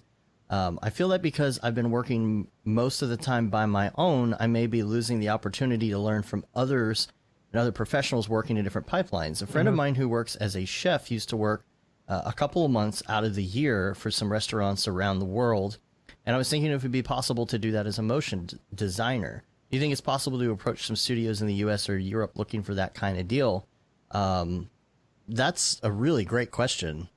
That is a really good question, yeah. They're totally right about the whole, if you're the only person who is doing motion graphics for a client or for a company, like I was gonna say, Patrick, this was probably you when you got that first job working in After Effects, like you're the top dog there, you're the one, you're the expert, and who are you gonna learn from? It makes it difficult to really grow as an artist. Story of my life. Yeah, I've never had to, outside of that job, I've never had to work in-house at a studio. I've been able to do full-time freelance remote since probably 2011. And the downside of that is even when you do find somebody who knows a lot about subject XYZ, there's no high bandwidth interface between you and this person that can match them hovering over your shoulder while you're using a software that you don't understand. Yeah, Absolutely. It's a whole other ball game. And it sort of plays into the importance of working on site if you can, at least once. And what this guy's asking about, sort of doing a tour, could work if you're super talented. A lot of these shops will pull people in freelance for a couple of months at a time, a month at a time. But you got to have chops. Like you've got to really be able to impress them, unless you're looking for unpaid internships. And people will jump at unpaid internships. Anything you can do to find your way into that sort of environment, though, it's super important, because that sort of in-person, valid critique of what you're doing is worth its weight in gold, right? You should always be seeking out, first of all, experts in what you do and sort of validating what you're doing against what they teach, but also asking people for the sort of advice and techniques for how to do their work, and it's very difficult to do on the internet. Yeah, I think that's why I really enjoyed our little short stint over at Already Been Chewed a couple of years ago. Yeah, because just being surrounded by so many talented artists was just so great to just soak up that feel. Even if you're not working for people who are, even if you're working for people who are on the same level as you, still you have a different workflow, you have different sets of knowledge that you can feed off of each other. That's also extremely helpful. Yeah, well, hopefully that's something. I think if you can work that out, sorry I don't have your name here, but if you can work that out, that would be a great scenario, just to learn from some people just for a little bit, or find a studio that's like, well, usually during this time of year we have kind of an upswing and a lot of stuff going on. Maybe you could find somebody who might need help maybe 3 months out of the year on a yearly basis. Maybe even those companies that have a lot of holiday work that starts in like October and then ends at the end of the year, that's a good scenario too. We get quite an influx of clients coming to us with, holiday work around October. Yeah.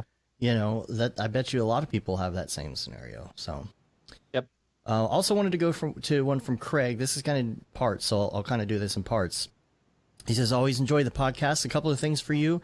Cinema 4D. I'm considering taking the plunge into 3D. I've got 10 years plus of commercial experience designing and animating in Photoshop, Flash, After Effects, and creative agencies in London.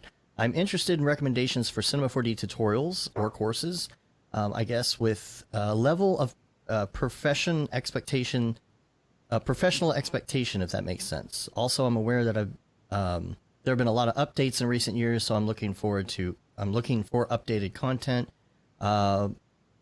Let's see. In my work, I have Pluralsight and Skillshare accounts, and have also funded School of Motion courses in the past. So many options. Recommendations welcome. And I'll get to the second part later. But If you're What was the question? if you're just in that like Flash, Photoshop, After Effects environment, especially Flash, wanting to make the jump to 3D. yeah, making that jump to 3D, it's so easy to use. Number one, it's so intuitive if you're already coming from that world. Like that's For like a sure. no-brainer. With even if you're in After Effects, you're using Cinema 4D Lite to get your start, or now the subscription model, whatever it is, so that you can. Yeah, you picked know, a perfect time to jump into Cinema 4D. right. You know, 'cause starting next month with the subscription model is going to be, Game killer. changer. Yeah, totally. And you could try it, for as long as you'd like with that subscription, not worry about your cost of entry. You can do some of the tutorials during that time and just see, or actually if you're going to be anywhere near one of these cities that we're going to talk about later, you can go there and like get trial versions of like a ton of stuff. So make sure you check that out. But I would say it's definitely worth it. And as far as like different places to learn, obviously School of Motion is great. There's a lot of design stuff there. If you're looking for more super technical stuff, I guess the obvious ones, Grayscale Gorilla's out there. Who else? EJ's stuff. All of EJ's stuff. He's always the first one that I recommend people go to, because a lot of his stuff is it.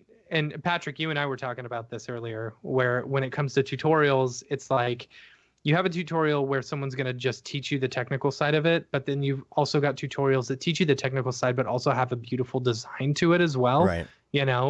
I think the ones who will teach you more about the design as well are ones that you should really try and gravitate towards. Oh yeah, Tim Clapham, that's another good one. And Rocket Lasso, Chris Schmidt, yes. Yep. Yeah. But I know that EJ will teach a lot of basic stuff as well as more advanced, really easy to digest as well with his tutorials. He's always the first people I send people to. Yeah, I think it's probably better to start with stuff that's short. Do a 20-30 minute tutorial on something. Don't jump into the real complex long ones. Start with the honestly, small stuff. If you're just doing Photoshop and all that other stuff, here's what I would recommend: do a 3D logo. That's the best way to start. That's how I started. I went from After Effects, and the only reason I wanted to learn 3D was so that I could make my logos look better, make my text look better. Learn how to do a 3D logo. That'll teach you a lot of the fundamentals of 3D. And yeah. And he also mentions that he's on an iMac because that's what was provided at work. So you might have some limitations, but don't let those limitations like render engines or things like that discourage you, because you can still learn everything and do you can still make great looking stuff in standard render, physical render, pro render, whatever. Absolutely. And worry about that later. If you need to send it off to Pixel Plow. True. Yeah, use a farm. Yeah, I sent some stuff over there the other day. Man, it was so cheap. It was like $15 for what would have taken me probably 10 hours to render or something. It's so cheap. Yeah, on the tutorial front, I gotta recommend Tim Clapham HelloLux as much as possible. He has a tutorial series called Learn C4D in One Day, or Learn Cinema 4D in One Day rather. I think it's like $100, and he goes through. I used his Learn Fields in a Day when Fields came out. Yeah, how was that? Yeah. I thought about picking it up because I feel like I'm just so behind on Fields. Yeah, I watched it on a flight at like 2.5x speed to try to get as much of it as possible in the time I had on this airplane. I find that's the only way I can get myself to really get into tutorials now, is if I have no other option. So learn C4D in One Day would be great. And eventually learn Fields in One Day would be great. If you guys are thinking about it, I can't recommend it enough. When you really understand what Fields brings to the table for Cinema 4D and what you're able to pull off with it. Yeah. I use that stuff daily now. Here's the question. He's got this Learn C4D in One Day, but then he's got Learn C4D rigging in One Day. It's like, well, if I was supposed to learn C4D in one day, wouldn't you? I just buy the, You've got him there. bulletproof logic. All right. No, I've been going through the Rich Nosworthy Redshift course, diving So into good. that, and I learned so much from that. Obviously, like if you're on an iMac, that might not be the best thing to start with, but eventually you can. Yeah. But Yeah, and this person is definitely looking for the basics of 3D. This is a person who has a lot of experience learning software, but needs to know sort of the fundamentals. So, yeah, I mean, pick up something like Learn Cinema 4D in one day to sort of wrap your head around the software itself, but just head up $98. YouTube. HelloLux.com. $98 for Learn Cinema 4D in one day. yeah, That's pretty good. yeah. You really need to also sort of learn fundamentals of 3D that don't apply to just the software you're using. If that makes Right. sense. Yeah. There are a lot of tutorials you can find online about just the fundamentals and the sort of the theory of 3D modeling. Modeling will be a big part of what you're doing, depending on the kind of work you want to do. Matt's advice to do a 3D logo is really great. Because you can bring in a design from Photoshop or Illustrator and kind of extrude it out in 3D, and suddenly you're learning about geometry, you're learning about lights because you got to light the thing, you're learning about materials because you got to beveling. Yeah. Yep. Yeah. Learning basic modeling stuff, learning how to render out the 3D image itself. So like you guys said, there's never been a better time than now to learn 3D. So when I was first getting into cinema, what I used to do was anytime I'd apply for a job, I would take their logo, do a 3D spin of it, render it out, and then send that along with my resume, and my reel, and say, here, use it however you'd like, nice. What a suck up, Matt. Clever. Yeah. It never worked, but still. The other part of the email is about Slack. He says, I've been part of your Slack for quite some time and have very little time to actively participate. I know there's a lot of channels, and I'm often... That's the rest of us, too. None of us have any time to actively participate, but we do. Yeah. I'm often concerned that the stuff has been posted before, or I'm going to ask something in the wrong channel. My suggestion for the show is to do a rundown of the key channels and discuss around, what sort of content should be shared in them. Keep up the good work and great luck with Camp Mograph.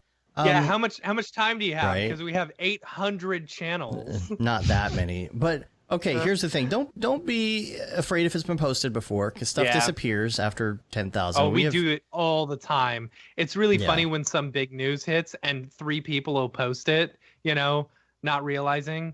I mean, what I do is I scroll up. If I haven't seen it within the past day, I'll just post it. But as far as the channels, if it's really off topic, somebody will say, "Hey, we have this channel for it. Check out this." It's really just go through the channels, and a lot of them are self-explanatory. Redshift's going to be in Redshift, and there's a parenting channel. There's all of that. Maybe I love the parenting channel. At some point, we could probably go through all the channels and really talk about them. But when in doubt, go to general. The parenting channel is like the rants channel for parents, right? I mean, if you go to the Slack and just post something in general, that's a good starting point. Or even if you, ask. Everybody's super nice and super cool, and just people will be like, there's actually a channel for that. You might get better luck in there. Nobody's gonna get upset. Don't worry about it. Everyone's really cool and laid back. And then, like Teddy says, make sure you turn on the notifications for every reply in every channel. Right. That's what I do. No. Yeah. No. I do. I get every notification on my phone. I don't know how you do that. Jeez. But I have to, like, the thing is, if I'm actively like in it or something, I'm just replying on my phone. Or if I'm out or I'm at my kid's taekwondo, I'm chatting with everyone online. But if I'm like in the zone working, I'll snooze it for a couple hours. Yeah. Part of the email, the sort of sentiment I get from it is just a bit of I wouldn't call it shyness, but feeling a little too careful about these communities. Yeah. I found that, and I used to go to an event. Sort of the genesis of learning how to interact with people for me was going to these industry events. Went to one in Winnipeg here called Secret Handshake for many years, and it's basically just a bunch of creative people in a bar. It's like 150 people in a bar basically, and what I learned there was it's very important to learn how to elbow in and bust your way into a conversation, even if you have no reason to be there, or in my case at the time, no expertise in what was being discussed.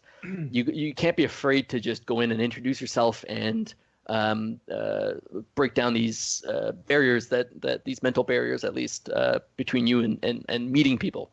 Because the Slack is one thing, but when you get out to sort of in-person interactions and conferences, that kind of thing, you got to be able to be the person who butts their way into conversations, because that will open a lot of doors for you. I mean, not to get too preachy or career advice. The biggest thing about the Slack, or even some of this, don't be a dick. Don't be a dick. Don't be sexist. Don't be don't have a I know everything type attitude. And we'll all get along. Yeah, in terms of the be positive. Yeah, we're all in this together. I wonder if you guys find the I know everything attitude more prevalent in people who have always had to work alone and remotely, especially. I mean, one thing maybe. I found is that being in a studio environment at least can foster a lot of humility and understanding that the person to your left, the person to your right might know 10 times more than you, and you don't realize it. Right. Honestly, maybe it's just something I've struggled with myself, to sort of focus on the vastness of things that you don't know.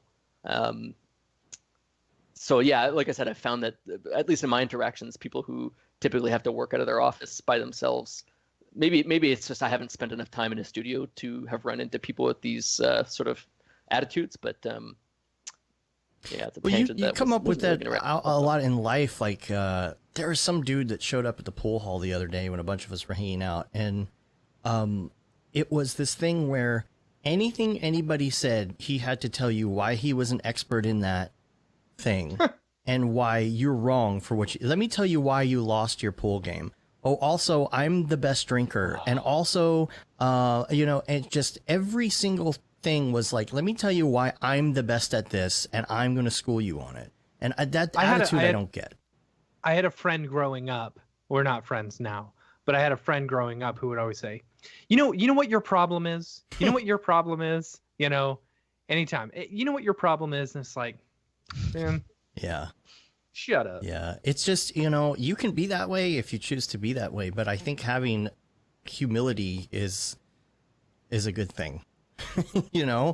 I mean, you just got to try. And if you don't think you do, maybe try. I don't know.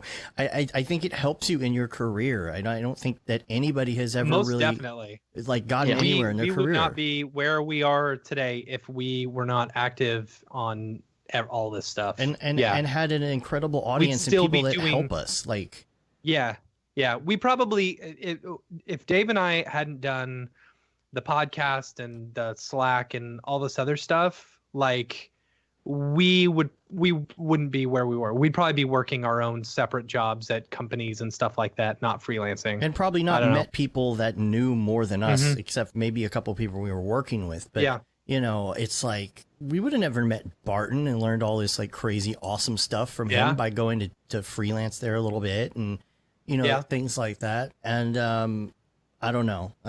It just seems like having that a know-it-all attitude and being negative is something that will not help you advance your career. So yeah, for sure. And totally rant. and rant.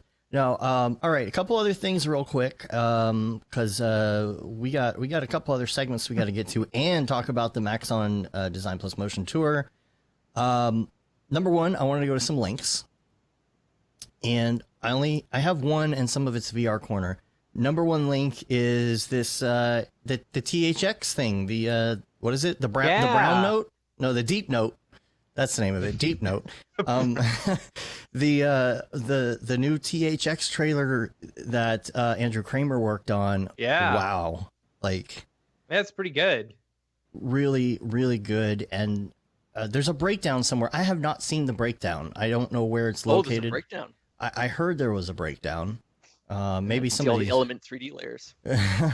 And there's there's 3D sound in this thing. Like I don't know the name of it. Is it's just spatial. Dolby Atmos. Yeah, spatial audio. the whole spatial thing, that's so cool. That's such a fun thing, I bet, to be able to work with, to be able to take a sound and put it anywhere in the room and essentially keyframe that, you know.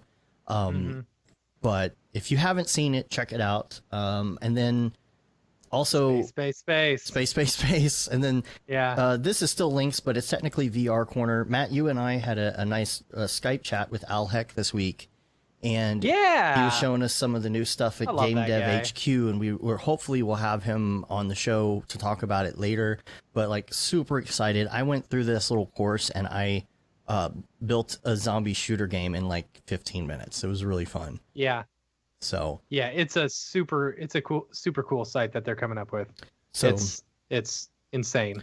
and then on that note, I just thought, oh, okay, I wonder what I need to do in order to get like an FBX into Oculus Rift and just walk through it, you know. So I've got a link to a little thing I found, and I just went and pulled something I had already made without textures or whatever, and brought it in, and you know, pretty quick was able to walk through it with my Oculus Rift. So if you're new to that and you want to check it out, check out that link. So now to the fun part. It's time to do some Beeple's People. Sweet. That's my opportunity to go to the bathroom. All right. Well, you go to the bathroom, and I'm going to bring up my Beeple viewer of choice. For me, that is Twitter. They are all on here this time. I had trouble with it last week. But the first one that we're going to go to is August 17th, Year Overlord 2019. And the name of this one is Backstory. If I can find it here, I'm still scrolling. There we go. Backstory. I'll bring it up on the screen for those of you who are watching live, and you can see. I mainly like this one because of the name. Because it has the name Backstory, I'm thinking, okay, what's the backstory to Backstory? Because a lot of times we see these people with their banner, kind of looking medieval, like with their banners and all of that. And you're thinking, who are these people? Where are they from? What planet are they from? You know, all of that. And then you got this guy, and he's got this, I mean, it's a big statue of a guy, probably, I don't know, 100 feet tall or something. And there's a bunch of rock, and he's holding this scepter. And first of all, I wonder about the scepter. And see, this is why I hate when Matt goes to the bathroom, because he has these theories from before, and then I have to wait for him to come back to from the bathroom in order to talk about him. One thing I noticed about this is the transparency in some of the items in this scene. You know, you've got I was wondering if you would bring that up. Yeah, that semi-transparent tree.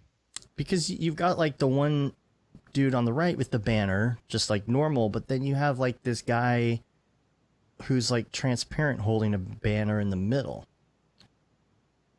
And then the same thing with the tree as well. So, okay, Matt's coming back to the table, so I'll ask him exactly about the backstory. This is called Backstory, Matt. See, this is why it's bad that you go to the restroom, because I have all these questions, and and I'm the answer to all the you're questions. the answer. Well, because we always see these dudes. Because I'm really good at bullshitting. Is that what you're saying? Well, basically. There you go. No, the dude is, because it's called Backstory. The dude, I feel like, is very significant in this statue, and that's what I'm trying to figure out is why, and what is the scepter he's holding, and why is it the way it is. What I'm confused about is, why is the tree transparent? We were talking about that too, yeah. And the one banner guy. Now, right. It's either something significant or it's a Photoshop accident. Well, it's probably a Photoshop accident, but we'll make it significant. Yes. So what I see, and this is called, what is it called again? Backstory. Backstory. Mhm. Okay. So this is basically we're in the middle of a transition between two scenes. One is previous, where you see this monster, right? Transitioning into the current day, where you still have some people, worshiping this ancient shrine where this monster or whatever, this warrior used to be. What's his name? You know, What's his name? Mark Zuckerberg. Buzz Zuckerberg. It's backstory, so maybe his name is Backstore. Backstore. No. All right. Oh, what a gentleman. You are my little gentleman. Anyway, I'll just be doing quotes from Anchorman the rest of the day if we go that way. But his scepter, is it a boom mic? Maybe it's a boom mic. Maybe he's aiming it at them to hear them correctly because he's so big and they're so. I think. See, to me, it looks like a.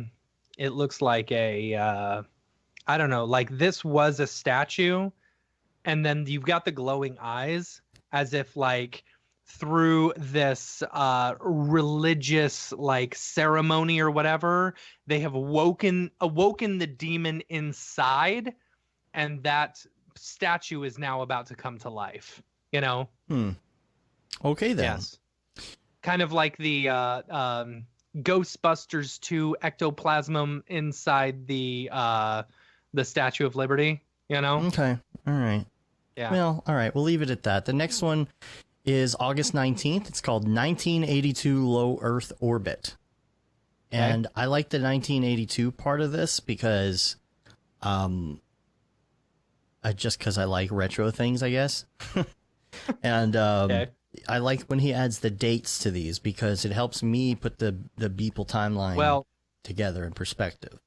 So you say the date, right? But it being so close to 1984, I feel like that's a reference to 1984 in the fact that if you've read the book, they say, oh, the year's not actually 1984. We just tell everyone that it's actually closer to this time. I think this is more of like a, they're telling people this is the year when in fact, as you can see, it's much more futuristic. Or there's like that almost looks like a Dyson sphere or something like that. Well, or there's 1,982 low Earth orbits.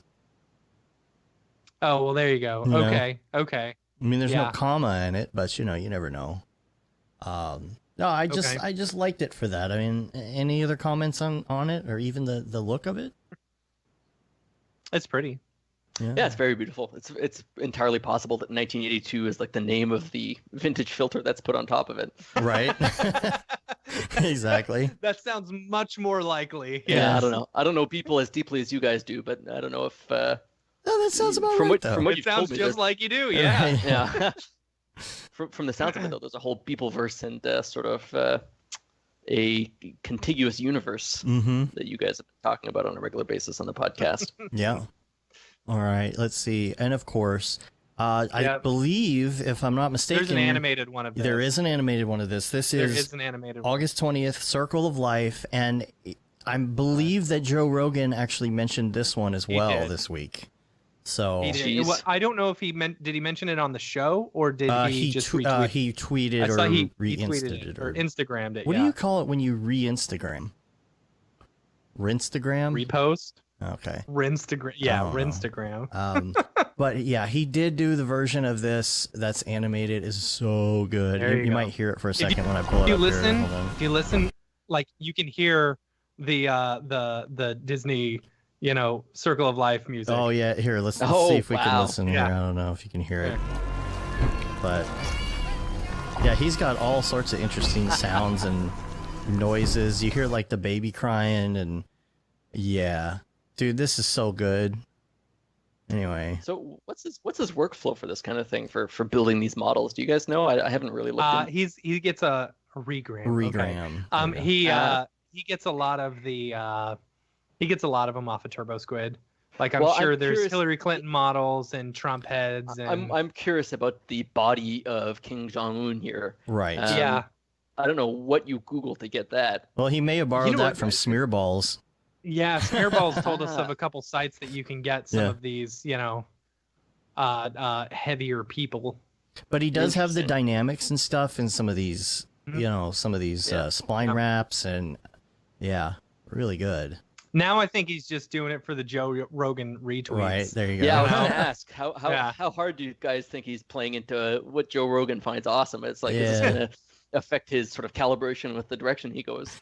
And if that's the case, then I'm excited for the direction it goes because I'm really liking these really weird political ones he's been doing Yeah. lately this year. They're really Did you good. see the tweet? I don't know if it was yeah, I think it was a tweet. Might have been a Facebook story or something that he posted where he's laying on the ground. Yeah, you know, I at was the looking for Toronto that. thing. I thought that was pretty cool. That's not on his Yeah. Twitter though. I don't know. It's not. It was Maybe it was just that he Instagram. did. And this morning I was listening to the Monday meeting, and Liam was saying, because he was there, he was saying that like that photo made it look like it was really kind of a small exhibit, but there was all this other stuff. Dude, like it's crazy. Yeah, I saw. I think it was someone Here it who is. took a video of it, and I thought it was going to be a lot smaller than it was. It was gigantic. Yeah, here's the photo here with this is just the wall Yeah. that had just the prints, like the whole slew of prints on it. And he's, you know, Insane. laying on the floor in Jeez. front of it. That's really cool. It's really cool. Man, that's so dope. So, yeah. Man, I wish I could have gone to that. That would have been fun. Sorry, is that all 12 years right there in that I don't know. I believe Does so. anyone know that? No, I think that's what it is. Yeah. I think I that's. wonder if they're giving ladders so people could see the ones at the top. Hit a wall. Let's just give everybody binoculars, right? So, man. Sage said he took that Cool. shot the next night when it was only a couple people. Yeah, there were a lot of people there too, apparently. So, super cool. Super cool. Congrats, Mike. Yeah, for real. 12 It years. is all 12 years. Okay, cool. Wow. Wow. Man.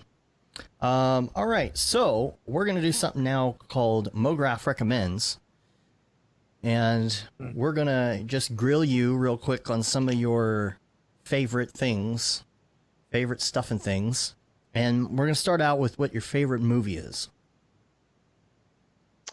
Boy, good question. Huh. That's not a question I get asked a lot, believe it or not. Trying to Really? think of something. Yeah, trying to think of something that really stuck with me. And I always tell people it doesn't Honest- necessarily have to be like overall, like forever, you know, Yeah. your whole life, or maybe something that's your most recent favorite. So one that comes to mind is Mary and Max. It's a claymation movie out of Australia. I think it came out about 10 years ago. Just a really, really touching movie. So yeah, I'd have to go with Mary and Max. Check it out, especially Cool. if you like claymation. 2009. Yeah. Yeah. Cool. And then next would be Done by the same people who did Coraline. No, Coraline was Leica. Mary and Max was a slightly more indie production. Okay. all right, and then the next question would be music. Oh boy, favorite music? It Can I pick a genre? You could be a genre. Yeah. Sure. Especially if like it's Um, something you do like while you're working, you like to play a certain kind of music, you know. Yeah, I mean, electronic music is always good for working, right? Something with a good constant rhythm. I listen to a lot, or in the day, I listen to a lot of Aphex Twin. People really love that in Los Angeles. I was wearing a Aphex Twin shirt, and he like chased me through the bar. Typically, though, in the last 10 years or so, it's been a lot of jazz music. I bought a piano relatively recently and started learning some of the music I listen to. I listen to a lot of jazz out of Brazil and Israel. So yeah, you could call it ethno jazz almost. But yeah, let's not get too deep into that because that's gonna put people to sleep. All right. Well, the next one on the list is favorite TV show. Peep Show.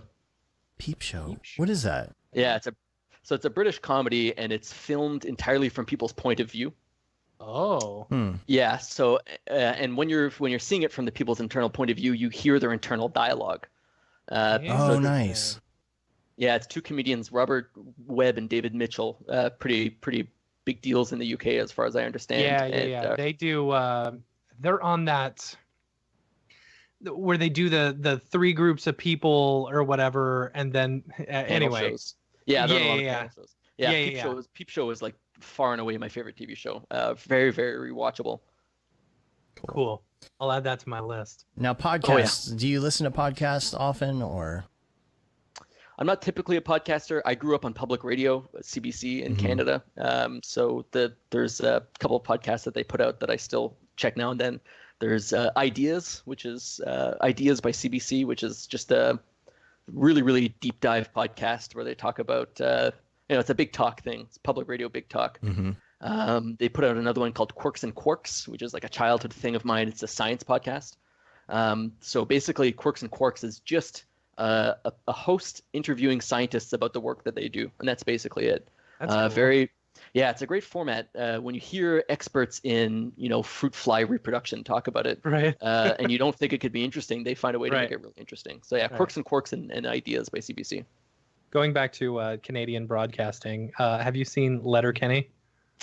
Yeah, my partner watches a fair bit of it. It's I've seen the web version of it when it was on YouTube before they got the TV show deal. Yeah, that's very Canadian. Oh yeah, everybody Yeah. up here we talk like that, eh? Yeah. Yeah, my father-in-law has the same accent. It's funny. I have some family who live around the Colorado area, and they sound exactly the same way. You know? Kindred spirits. Yeah. And what about plugin of choice? Do renderers count? Yeah. Yeah, they do. We'll count that. Other than Redshift. Yeah. Other than I would say. Redshift? Yeah. Turbulence FD is great. I've always been sort of into dust and smoke, X particles, obviously. Anything by Merc Vilson is great. Good friend of mine. That's great. Yeah. Wait, you know him? He actually exists? He's not AI. Oh yeah, I've Skyped with him. Oh wow. Yeah. We need to get him on the show. I know. All right. Good luck. He'll have to type everything through a speech to Right. That's funny, text to speech thing. Yeah. Yeah. No, he's doing his own thing. He's very very hard to get a hold of. It's great. Yeah. Headphones. I didn't have much preference in that or opinion on it until 5 or 6 years ago. I was in an apartment where I could stuck in an apartment working from home where I could hear my neighbor's footsteps and sort of bassy music. I went all in on Bose headphones at that point. I understand the audiophiles will be very upset with that, and all highs, Great. all lows must be Bose. But the noise isolation aspect of it, it's like being in a cocoon. Especially at the time, I've high anxiety guy being stuck in this apartment where hear this bass going on all the time. To be able to just turn that off with a switch. I used to wear them 16 hours a day. Bose headphones. I'd get such a migraine doing that. Yeah, it wasn't. I get a headache just keeping them on during a flight. Oh man, during flights, fantastic. Yeah. I got nausea actually the first time I used them because the pressure that it creates in your head throws off your balance a little bit, right? Throws off your ear. It's very interesting. Yeah. Yeah. All right, and then we've got app. What is your go-to app? Let's see here. Let's pull up the old phone. So like iOS type app. Yeah, like something that when you pick up your phone, your muscle memory instinctively opens. Maybe the Storm Radar to check out cycling. Yeah, my break from my sort of escape from my day job is cycling in the afternoons. As soon as I'm done work, I go out and I just bike until it's dark or whatever. So yeah, anything that to do with making sure I don't get rained on, or Strava is a great app if you're a cyclist. It lets you track your, I get really data nerdy with it. Like I have a heart rate monitor and a power meter and cadence meter, all these meters that plug into this app called Strava that lets you look over a bike ride and see how quickly you were pedaling, how many watts you were putting out if you had a power meter. Really? The temperature. Yeah, you can get really. I'm gonna have to start checking that out. You just got Dave really interested. Because I map all of my routes because it's usually mountain biking. So you can't see it on the map or anything. So you would love Strava. Okay. With Strava, you can also look at a heat map of everywhere you've been. So I can pull up a heat map of my surrounding area and see every trip down every street I've ever taken in a heat map and see which areas I frequent, that kind of stuff. Oh, that's awesome. Yeah, because the one that I have, it does show like kind of a heat map relative to how fast you were going, which is nice. It's been 10 years since you've been on a bike. Hey, see, you got to go mountain biking with me, Matt. It's fun. It's a lot of fun. I can take you on an easy Yeah, course. I'm not gonna drive an hour out to your house Oh, just we'll to go. go No, we'll go mountain somewhere in the biking. middle. We'll go to Dallas All right. somewhere. It'll be fun. Yeah. Yeah. All right. This last one. This is always the hard one. You might need a minute, but what is your favorite life hack? It's a good question. It is a great question. To stay within the bounds of legality here, let's say high intensity cardio. High intensity cardio completely changed my life. Like I had issues at work with sort of just being this tense guy who tried to find ways in which things could go wrong.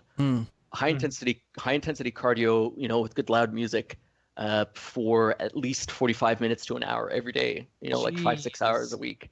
Yeah. Ooh. There's no better way to go through everything you're worried about and everything you're stressed about at work than on a bike and like really, really sweating. Yeah. Yeah, it was a huge life changer. I lost like 20 pounds. My ability to deliver at work just skyrocketed. And I was just in a better mood all the time. Gets your anxieties out and everything. Yeah. And lets you focus on. Yeah, you're so exhausted you don't have any time to worry about anything. At the end of a hard bike ride, I don't care about anything. Yeah, but there's also the community that you run into if you get it really into it. If you end up like me and you're wearing spandex at the side of the highway. But yeah, there's no better time than when your heart rate is up and your adrenaline is pumping, and to think about, okay, what's important, what matters, what should I focus on. Send us a picture of you and your bike spandex. We'll make that the cover art for this week's show. Absolutely. Yeah, you'll love my jersey too. I've got a Casey Hupke. I don't know if you saw Casey's last presentation. I think it was at NAB, where he's wearing that shirt with all the bananas on it. Yes. I think so. Yeah, it's in the Camp Mograph video. I don't have it here, but I've got a banana jersey. Casey totally stole my look. I've got a jersey with the same sort of banana pattern all over it. Yeah. Nice. Awesome. Cool. Well, we really appreciate you being on the show. The show is not over. Man. The show's not over, but we're gonna say goodbye, and we want to know all the places where everybody can find you online. Polygons.ca, correct? Yeah, that's my website. What about the socials? You can find me on Twitter at Polygon Sandwich. I think I'm on Instagram as Polygon Sandwich, although I don't use a ton of Instagram. Link to my Vimeo is on polygons.ca, but Twitter is definitely the best way to follow me. I don't tweet a ton. You know, it's a few times a year sometimes when I really get busy at work, slow down. But I try to only tweet high quality stuff that I think people will care about. So that would be the best way to follow me. Yeah. Cool. All right. Well, we appreciate you being on, and we'll see you on the interwebs. Thanks very much, guys. Take care. Yeah, thank you. All right, now we're going to pause for a second and regroup here. Let's regroup. Before we go to the second section, we'll say goodbye to you here on Skype. But I just want to make sure you got everything you have as far as audio and whatnot. If you want to, do you have a good way to send it to me, or do you need me to send you like a Dropbox link or? Oh, I can. Yeah, I work remote, man. I can send anything to anybody. That's great. Cool. Okay. Of course. Let me just save out a wave here. Yeah, I don't even know why I ask, but every once in a while, someone's like, I don't have enough room on Dropbox. I have a client who hates using Dropbox. Yeah. They do everything through Google Drive, and I'm just like, oh. I had one of those ones. I did a thing for North Kingdom, the studio in Los Angeles, and everything was Google Drive, and it was just miserable. And Matt, keep in mind we're still live. Yeah, we are still live. Matt. Oh yeah, well, if anybody from North Kingdom is watching, stop using Google Drive. Matt, you're still rolling, right? Yes, I am. Okay, you keep rolling. All right, cool. We're going to get off the line here. We're going to record our other little segments we got to do real quick. But thanks so much for being on, and I'm sure we'll see you on the Slacks and stuff. Yeah, man, it was a good show. It was a good show. Thanks, guys. All right, take care. Man. Matt, I'll call you right back. Okay. It's just us now, guys. Just for a minute. Let me call Matt here. We'll do part 2. And is that going to keep the live stuff going? Yes, it sure does. That's how I roll. Really? Yep. There we go. That's interesting. Well, it's just So why do you disconnecting need me Skype. here? Well, because we have to do the intro to the next segment, and we have to do our outro. Oh, okay. Yeah. That's right. All right, so next up, we got a really great segment for you. This is going to be Matthias Omatola, Chris Schmidt, EJ Assenfrost. They're going to come on. They're going to talk about Maxon's new roadshow, the 3D Design Plus Motion Tour. So without further ado, here it is. Here it is. Watch it now. Yeah. All right, and then we're going to show the thing doing the outro here in a now? second. We're going to do the outro now so you can get off the line, and then I'll play that whole segment after that. Okay. What we are going to do during this segment, if anybody has any questions during this upcoming segment about the show itself or anything like that, we are going to leave the chat up so you can openly chat in there and answer your questions on the chat as this is playing out. So before we do that, though, let's do our outro real quick. Let's do it. All right, sweet. You ready to get out of here? Let's do it. All right. You can rate us on iTunes, leave a review. You can subscribe. It helps get our ratings up on your podcatcher of choice. You can subscribe to the newsletter, which we're actually going to send out here, the new Mograph newsletter here pretty soon. You can say you've been there, done that, got the T-shirt with the Mograph logo T, Paul Babb shirt, Render Things shirt, and then what's the other shirt we have? That Render is Fire shirt. If you were in any of this, in the Monkey Legs contest, we got that video out now of everybody's entries, like ridiculous music video, and your shirt should be arriving pretty soon. And also, it's available in the UK now. Yep. So get yourself a shirt. And of course, we're on Facebook, Twitter, Instagram, Periscope, and of course, YouTube and Mograph.com. And until next week, I'm Dave. And I'm Matt. Have a good one. Later, yo. All right, yo. I'll call you after this is over, Matt. Okay. All right. See ya. All right. See you.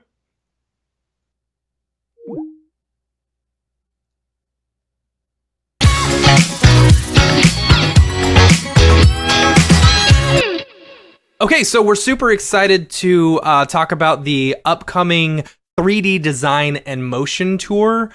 It's being hosted by a whole slew of fantastic people. We've got Maxon, Dell, Adobe, and NVIDIA.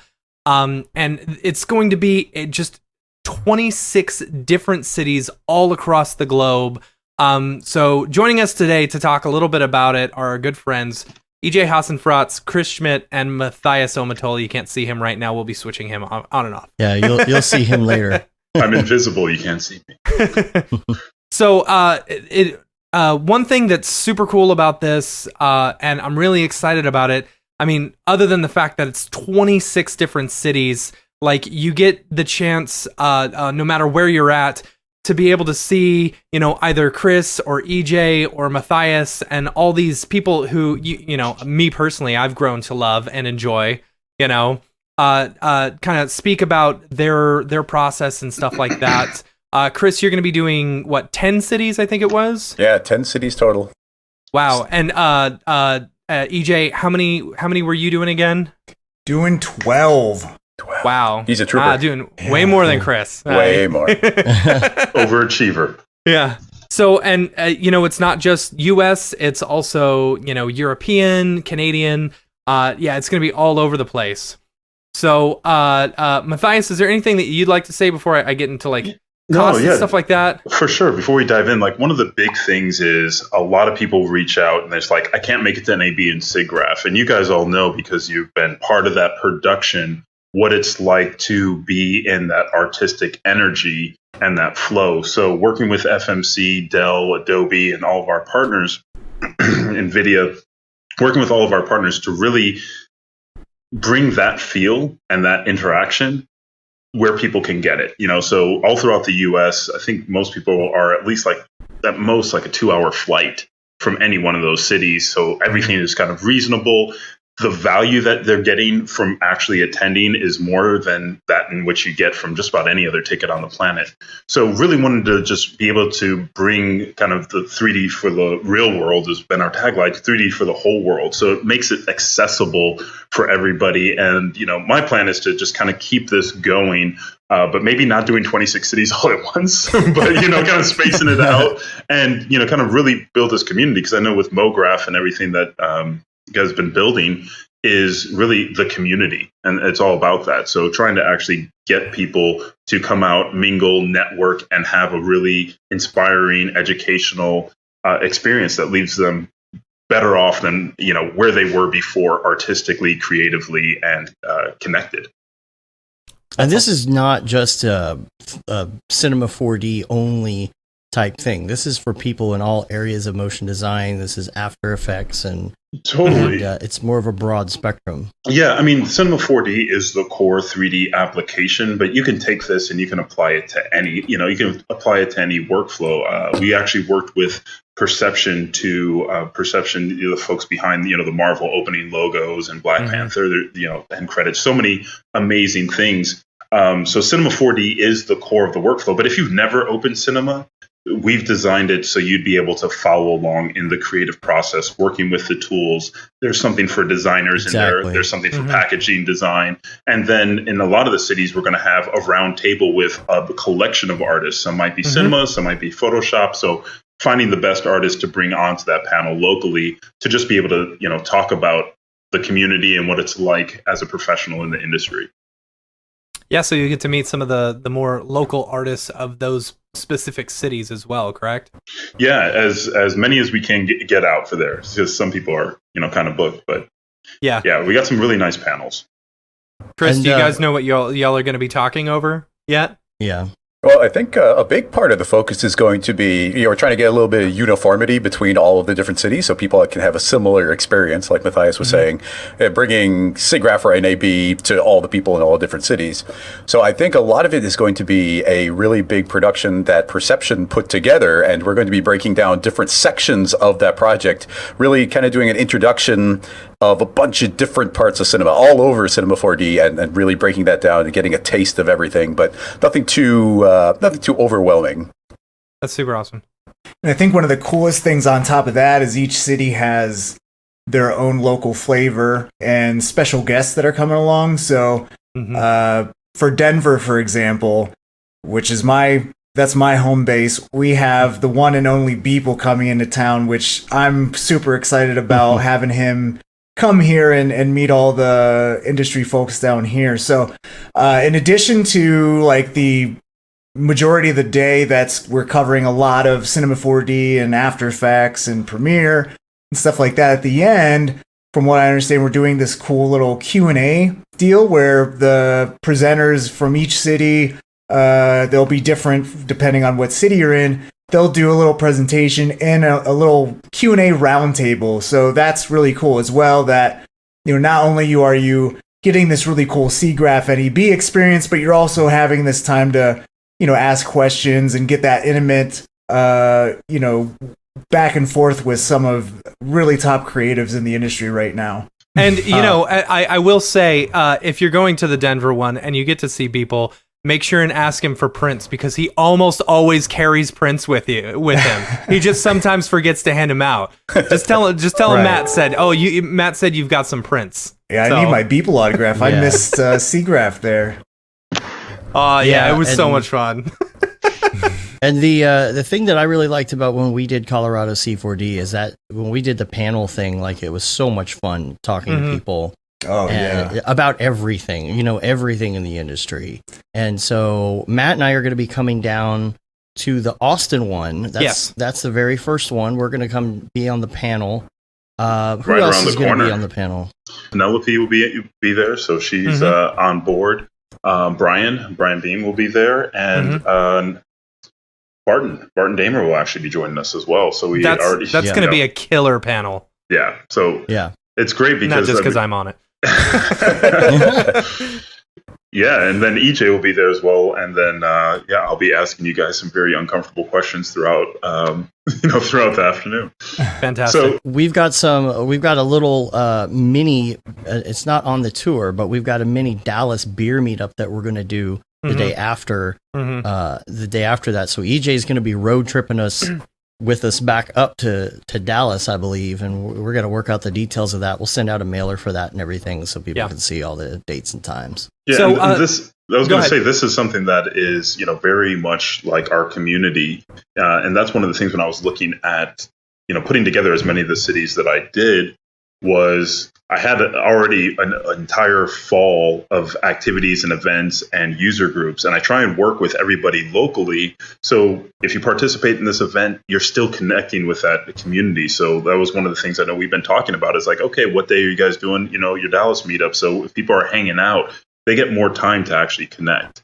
So if you check out, 3dmotiontour.com and you check out, maxon.net, you'll see like the overlap of, there's all these little cities in between. There's already events we're sponsoring, but we also have a stop nearby because, double up. And that's kind of like SIGGRAPH and NAB. It's usually multi-day, but we just have one event here and then you can jump to your other event or your community user group or hang out with friends. So it's definitely encouraged. Like Blend, we're the day after Blend. So if you're going to Blend, extend your stay, enjoy the road show, and then fly out on Monday.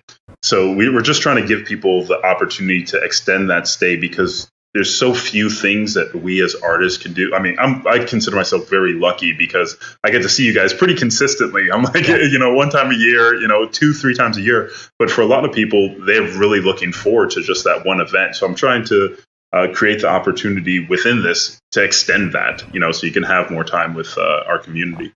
And I think it's the same you were talking about with Blend. I'm pretty sure it's the same with Half Res. Isn't that right, Chris? Exactly. Yeah, exactly. It was a long time ago that you started the bare bones planning of this, and you were asking when Half Res was. So, if you come to the Chicago event here, then Half Res is only 4 days later. So, a cool opportunity to come and hang out in Chicago. And we've got our own little mini conference. That's one night, a big giant party and lots of presentations. So, you just head over to halfres.com if you want to pick up a ticket for that as well. Yeah, and it's totally different content and format too. So I've been doing Half Res. This is like, unfortunately, the first year that I'm not there in my hometown. Yeah, 8 years, and you're finally missing one. Oh wow, is it 8? This is number 8. Yeah. Oh my goodness. Yeah. So my hometown, Chicago, and every year it's amazing and a little bit different. So, the roadshow, it's quite consistent, but each of these different events and like Half Res is something you're not going to want to miss. If you can stay for that, I would say make that your week.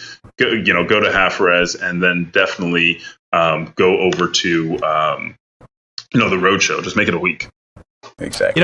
And this is something that I really want to talk about is that it's a really great opportunity. While yes, you're seeing that we're all, Cinema 4D people, I really want to stress the importance that this is really an opportunity for motion designers who are also on the fence about C4D, getting a chance to kind of experience this. If you're a producer or, an After Effects person and you're really interested about it, this is a fantastic opportunity to, one, get to know some of the people within this industry and get to know a little bit more about the software. And a big bonus that that they're offering is, so the ticket price for this is $95, which is an absolute steal when you see what comes with it. Included in that $95 is not only the chance to, in order to, talk with and meet and hear from all your favorite artists, but it also comes with a 90-day license of Cinema 4D, a 30-day license of Adobe Creative Cloud, a 90-day license of Redshift, a 90-day license of Sketchfab, a $100 Kit Bash coupon, 90 days for LinkedIn Learning, project files and resources, and they're going to be doing drawings at the event as well. Like, it is an absolutely killer deal. That's an ultimate, even if you're just wanting starter pack right there. Yeah, seriously. If you're like, okay, I think I want to get into this, like, this is the perfect opportunity because it's like, okay, at no time are you going to find a deal this inexpensive, to jump in. Yeah. And there's nothing like this on the planet. And I worked really hard and Paul's worked hard and we've all worked hard with our partners to say, look, there's a lot of creatives out there. And a lot of people have been, the barrier to entry is cash. Like that's usually the big barrier to entry. It was like cinema used to cost so much. We just went subscription, having a subscription option, and Adobe Creative Cloud and Kit Bash is like, there's so many different things that people have been trying to get their hands on, they're inspired by, but it's like, the barrier to entry, this is going to cost me this is going to cost me that. And now it's like $95, take everything for the next 90 days between now and the end of the year, start your creative journey. like dive in if you haven't used 3D. This is like, for me, I think of like all the After Effects people who've been seeing it for years and, playing with, different tools. They're like, oh yeah, I'm cheating 3D. I'm trying things out, but it's just too complex. Like, we're going to make it fun, accessible. You're going to be able to ask all the questions that matter to you in your creative workflow. And that's kind of the big thing, is like, you can chat online, but until you actually see somebody doing it and the interactivity and the fun process of it, if you ever watched, any one of your guys' tutorials, you can see the process is a lot more creative and fun than it is just a grind.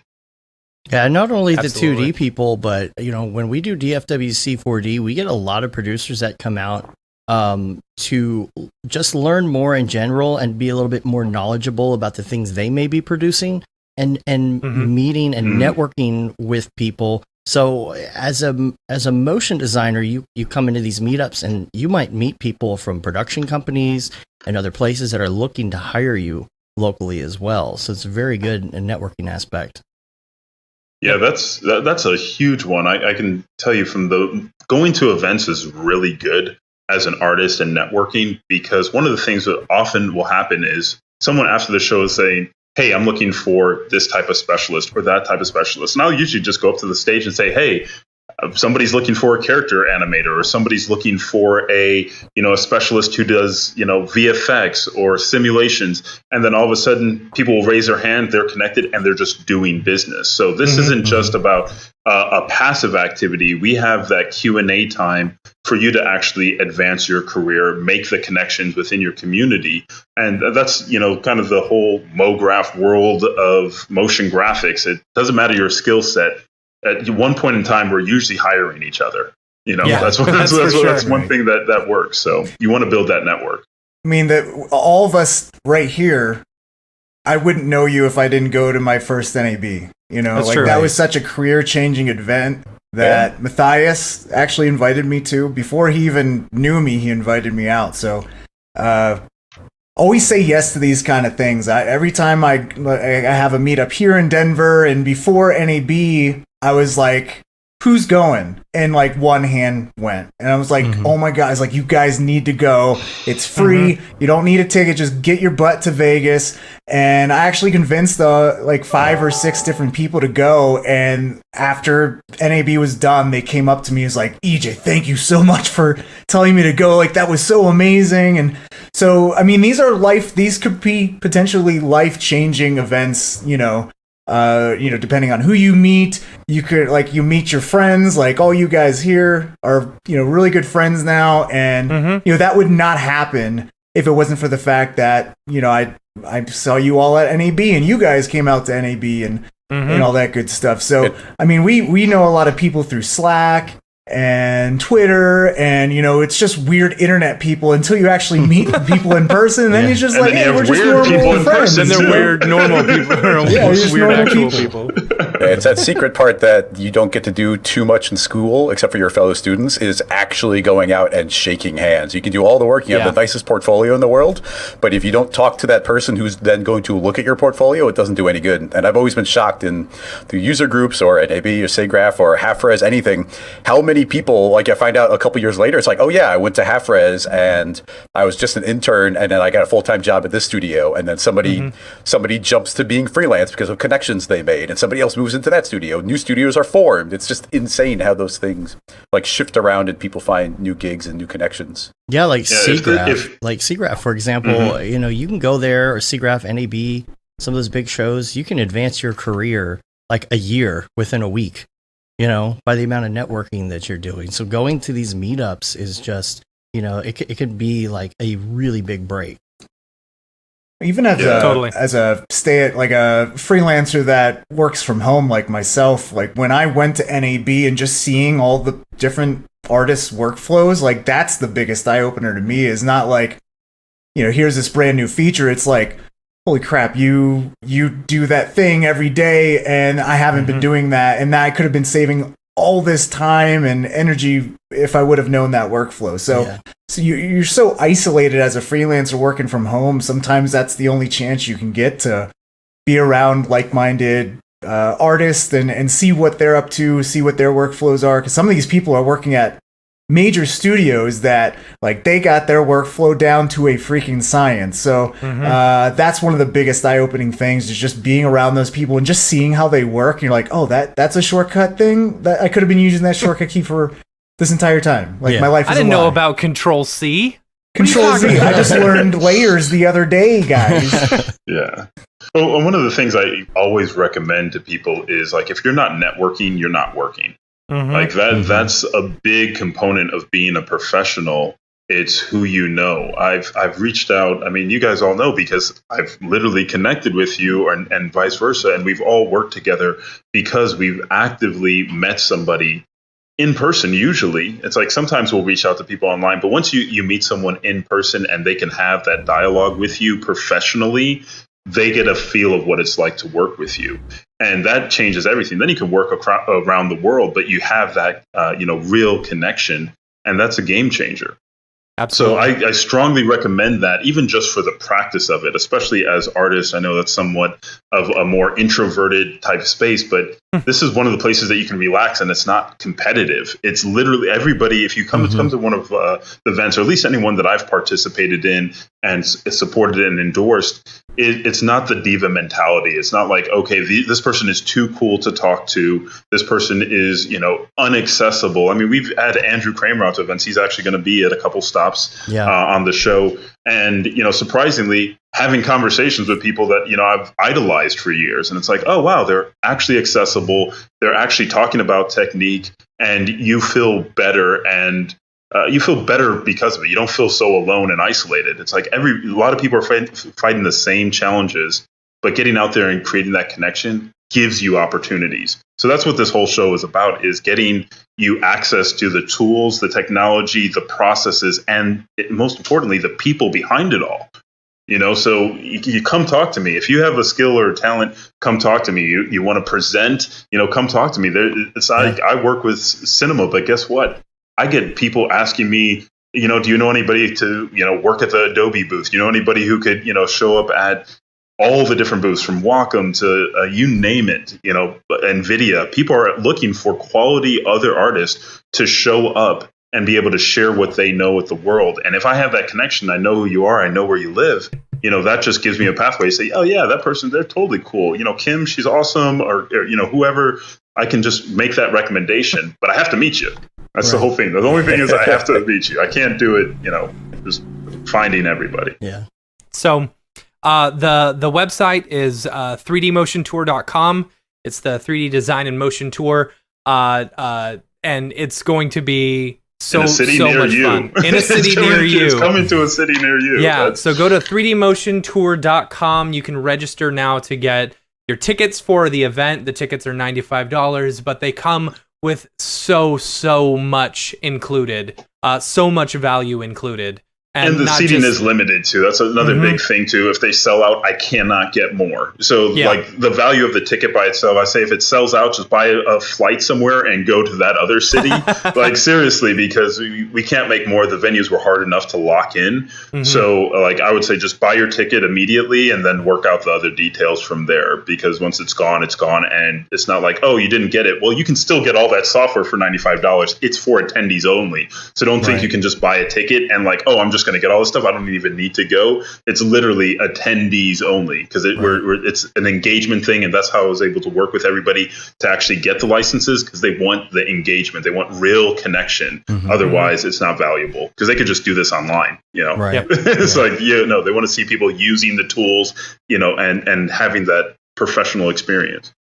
Absolutely. All right. So first stop is Austin, Texas, September 4th with EJ Hassenfratz and a bunch of other excellent people.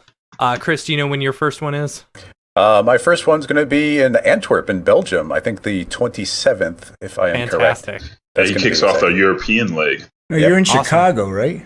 Oh, actually, that's true. I'll be hanging out a little bit in the Chicago one before Half-Res. So that's more just popping in for a little bit. No, they're bringing AJ up there just for that. I'm just so excited about the European part. Like, what can I say? Right. And I'll actually get to close out a couple of the cities in the U.S. as well, which I'm excited for. It'll be my first time in Florida ever, which is crazy.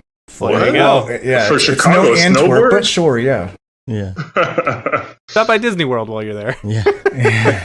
Yeah, Yeah, we got a lot of people to visit down there. Yeah.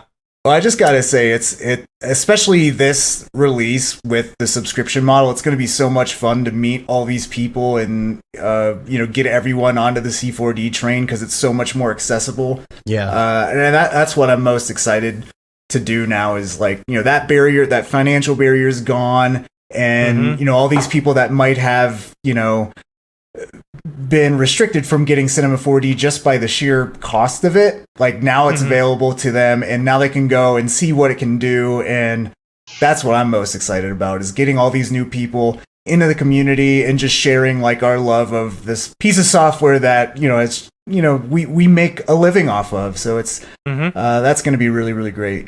Yeah, and the big thing is like you don't have to invest anything else. Like you literally come here, that one investment has you covered for 3 months, right? And you can just dive in. And this is stuff that it's taken people years. They're saving up, watching tutorials from Chris, watching EJ, like watching it and like, oh man, I want to be able to do that one day. Or I'm running waiting a demo until Black Friday for those sales. Just waiting strategically.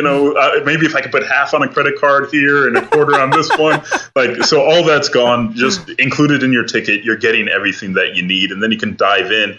And the cool thing is all the resources that are going to be shown. So that entire project that Perception put together, that's going to be available to people as well. So you're getting some, grade A assets to be able to play with, recreate, and do different things with. So man, I didn't know that. Yeah.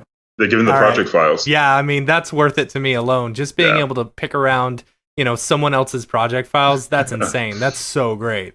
Yeah, I love doing that. Reverse engineering is my favorite way to learn personally, just picking around through it. So that's the professor, folks. Chris Schmidt, the professor.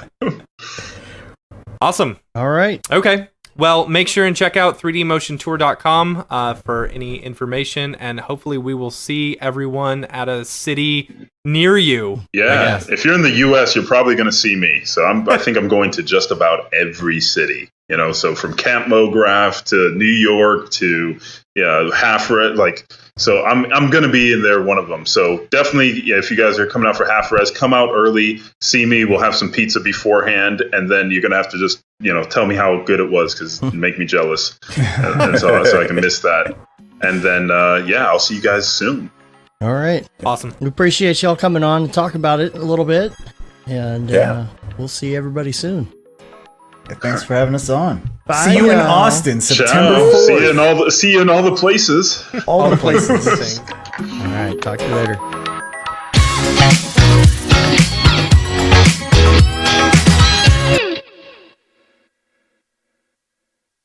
Mograph.com, an online resource for motion graphic artists. Start your week with the Mograph podcast. Industry news, interviews with your favorite artists, and terrible humor. Watch live shows and interviews from Mograph events like NAB, SIGGRAPH, Half-Res, and local meetups. Our Mograph Talks feature live demos and motivation from artists all around the world. Sometimes you gotta make stuff that you're not gonna put on your reel, and I'm not here to judge. What if Rick and Morty show up for the countdown at midnight? That's where I peaked in life, in my career. We gotta stop this thing, Rick! It's gonna kill us all! Hear from the people that create your software, design your render engines, and artists that are changing the face of modern motion graphics. You get that render done. Yeah, you better frame what?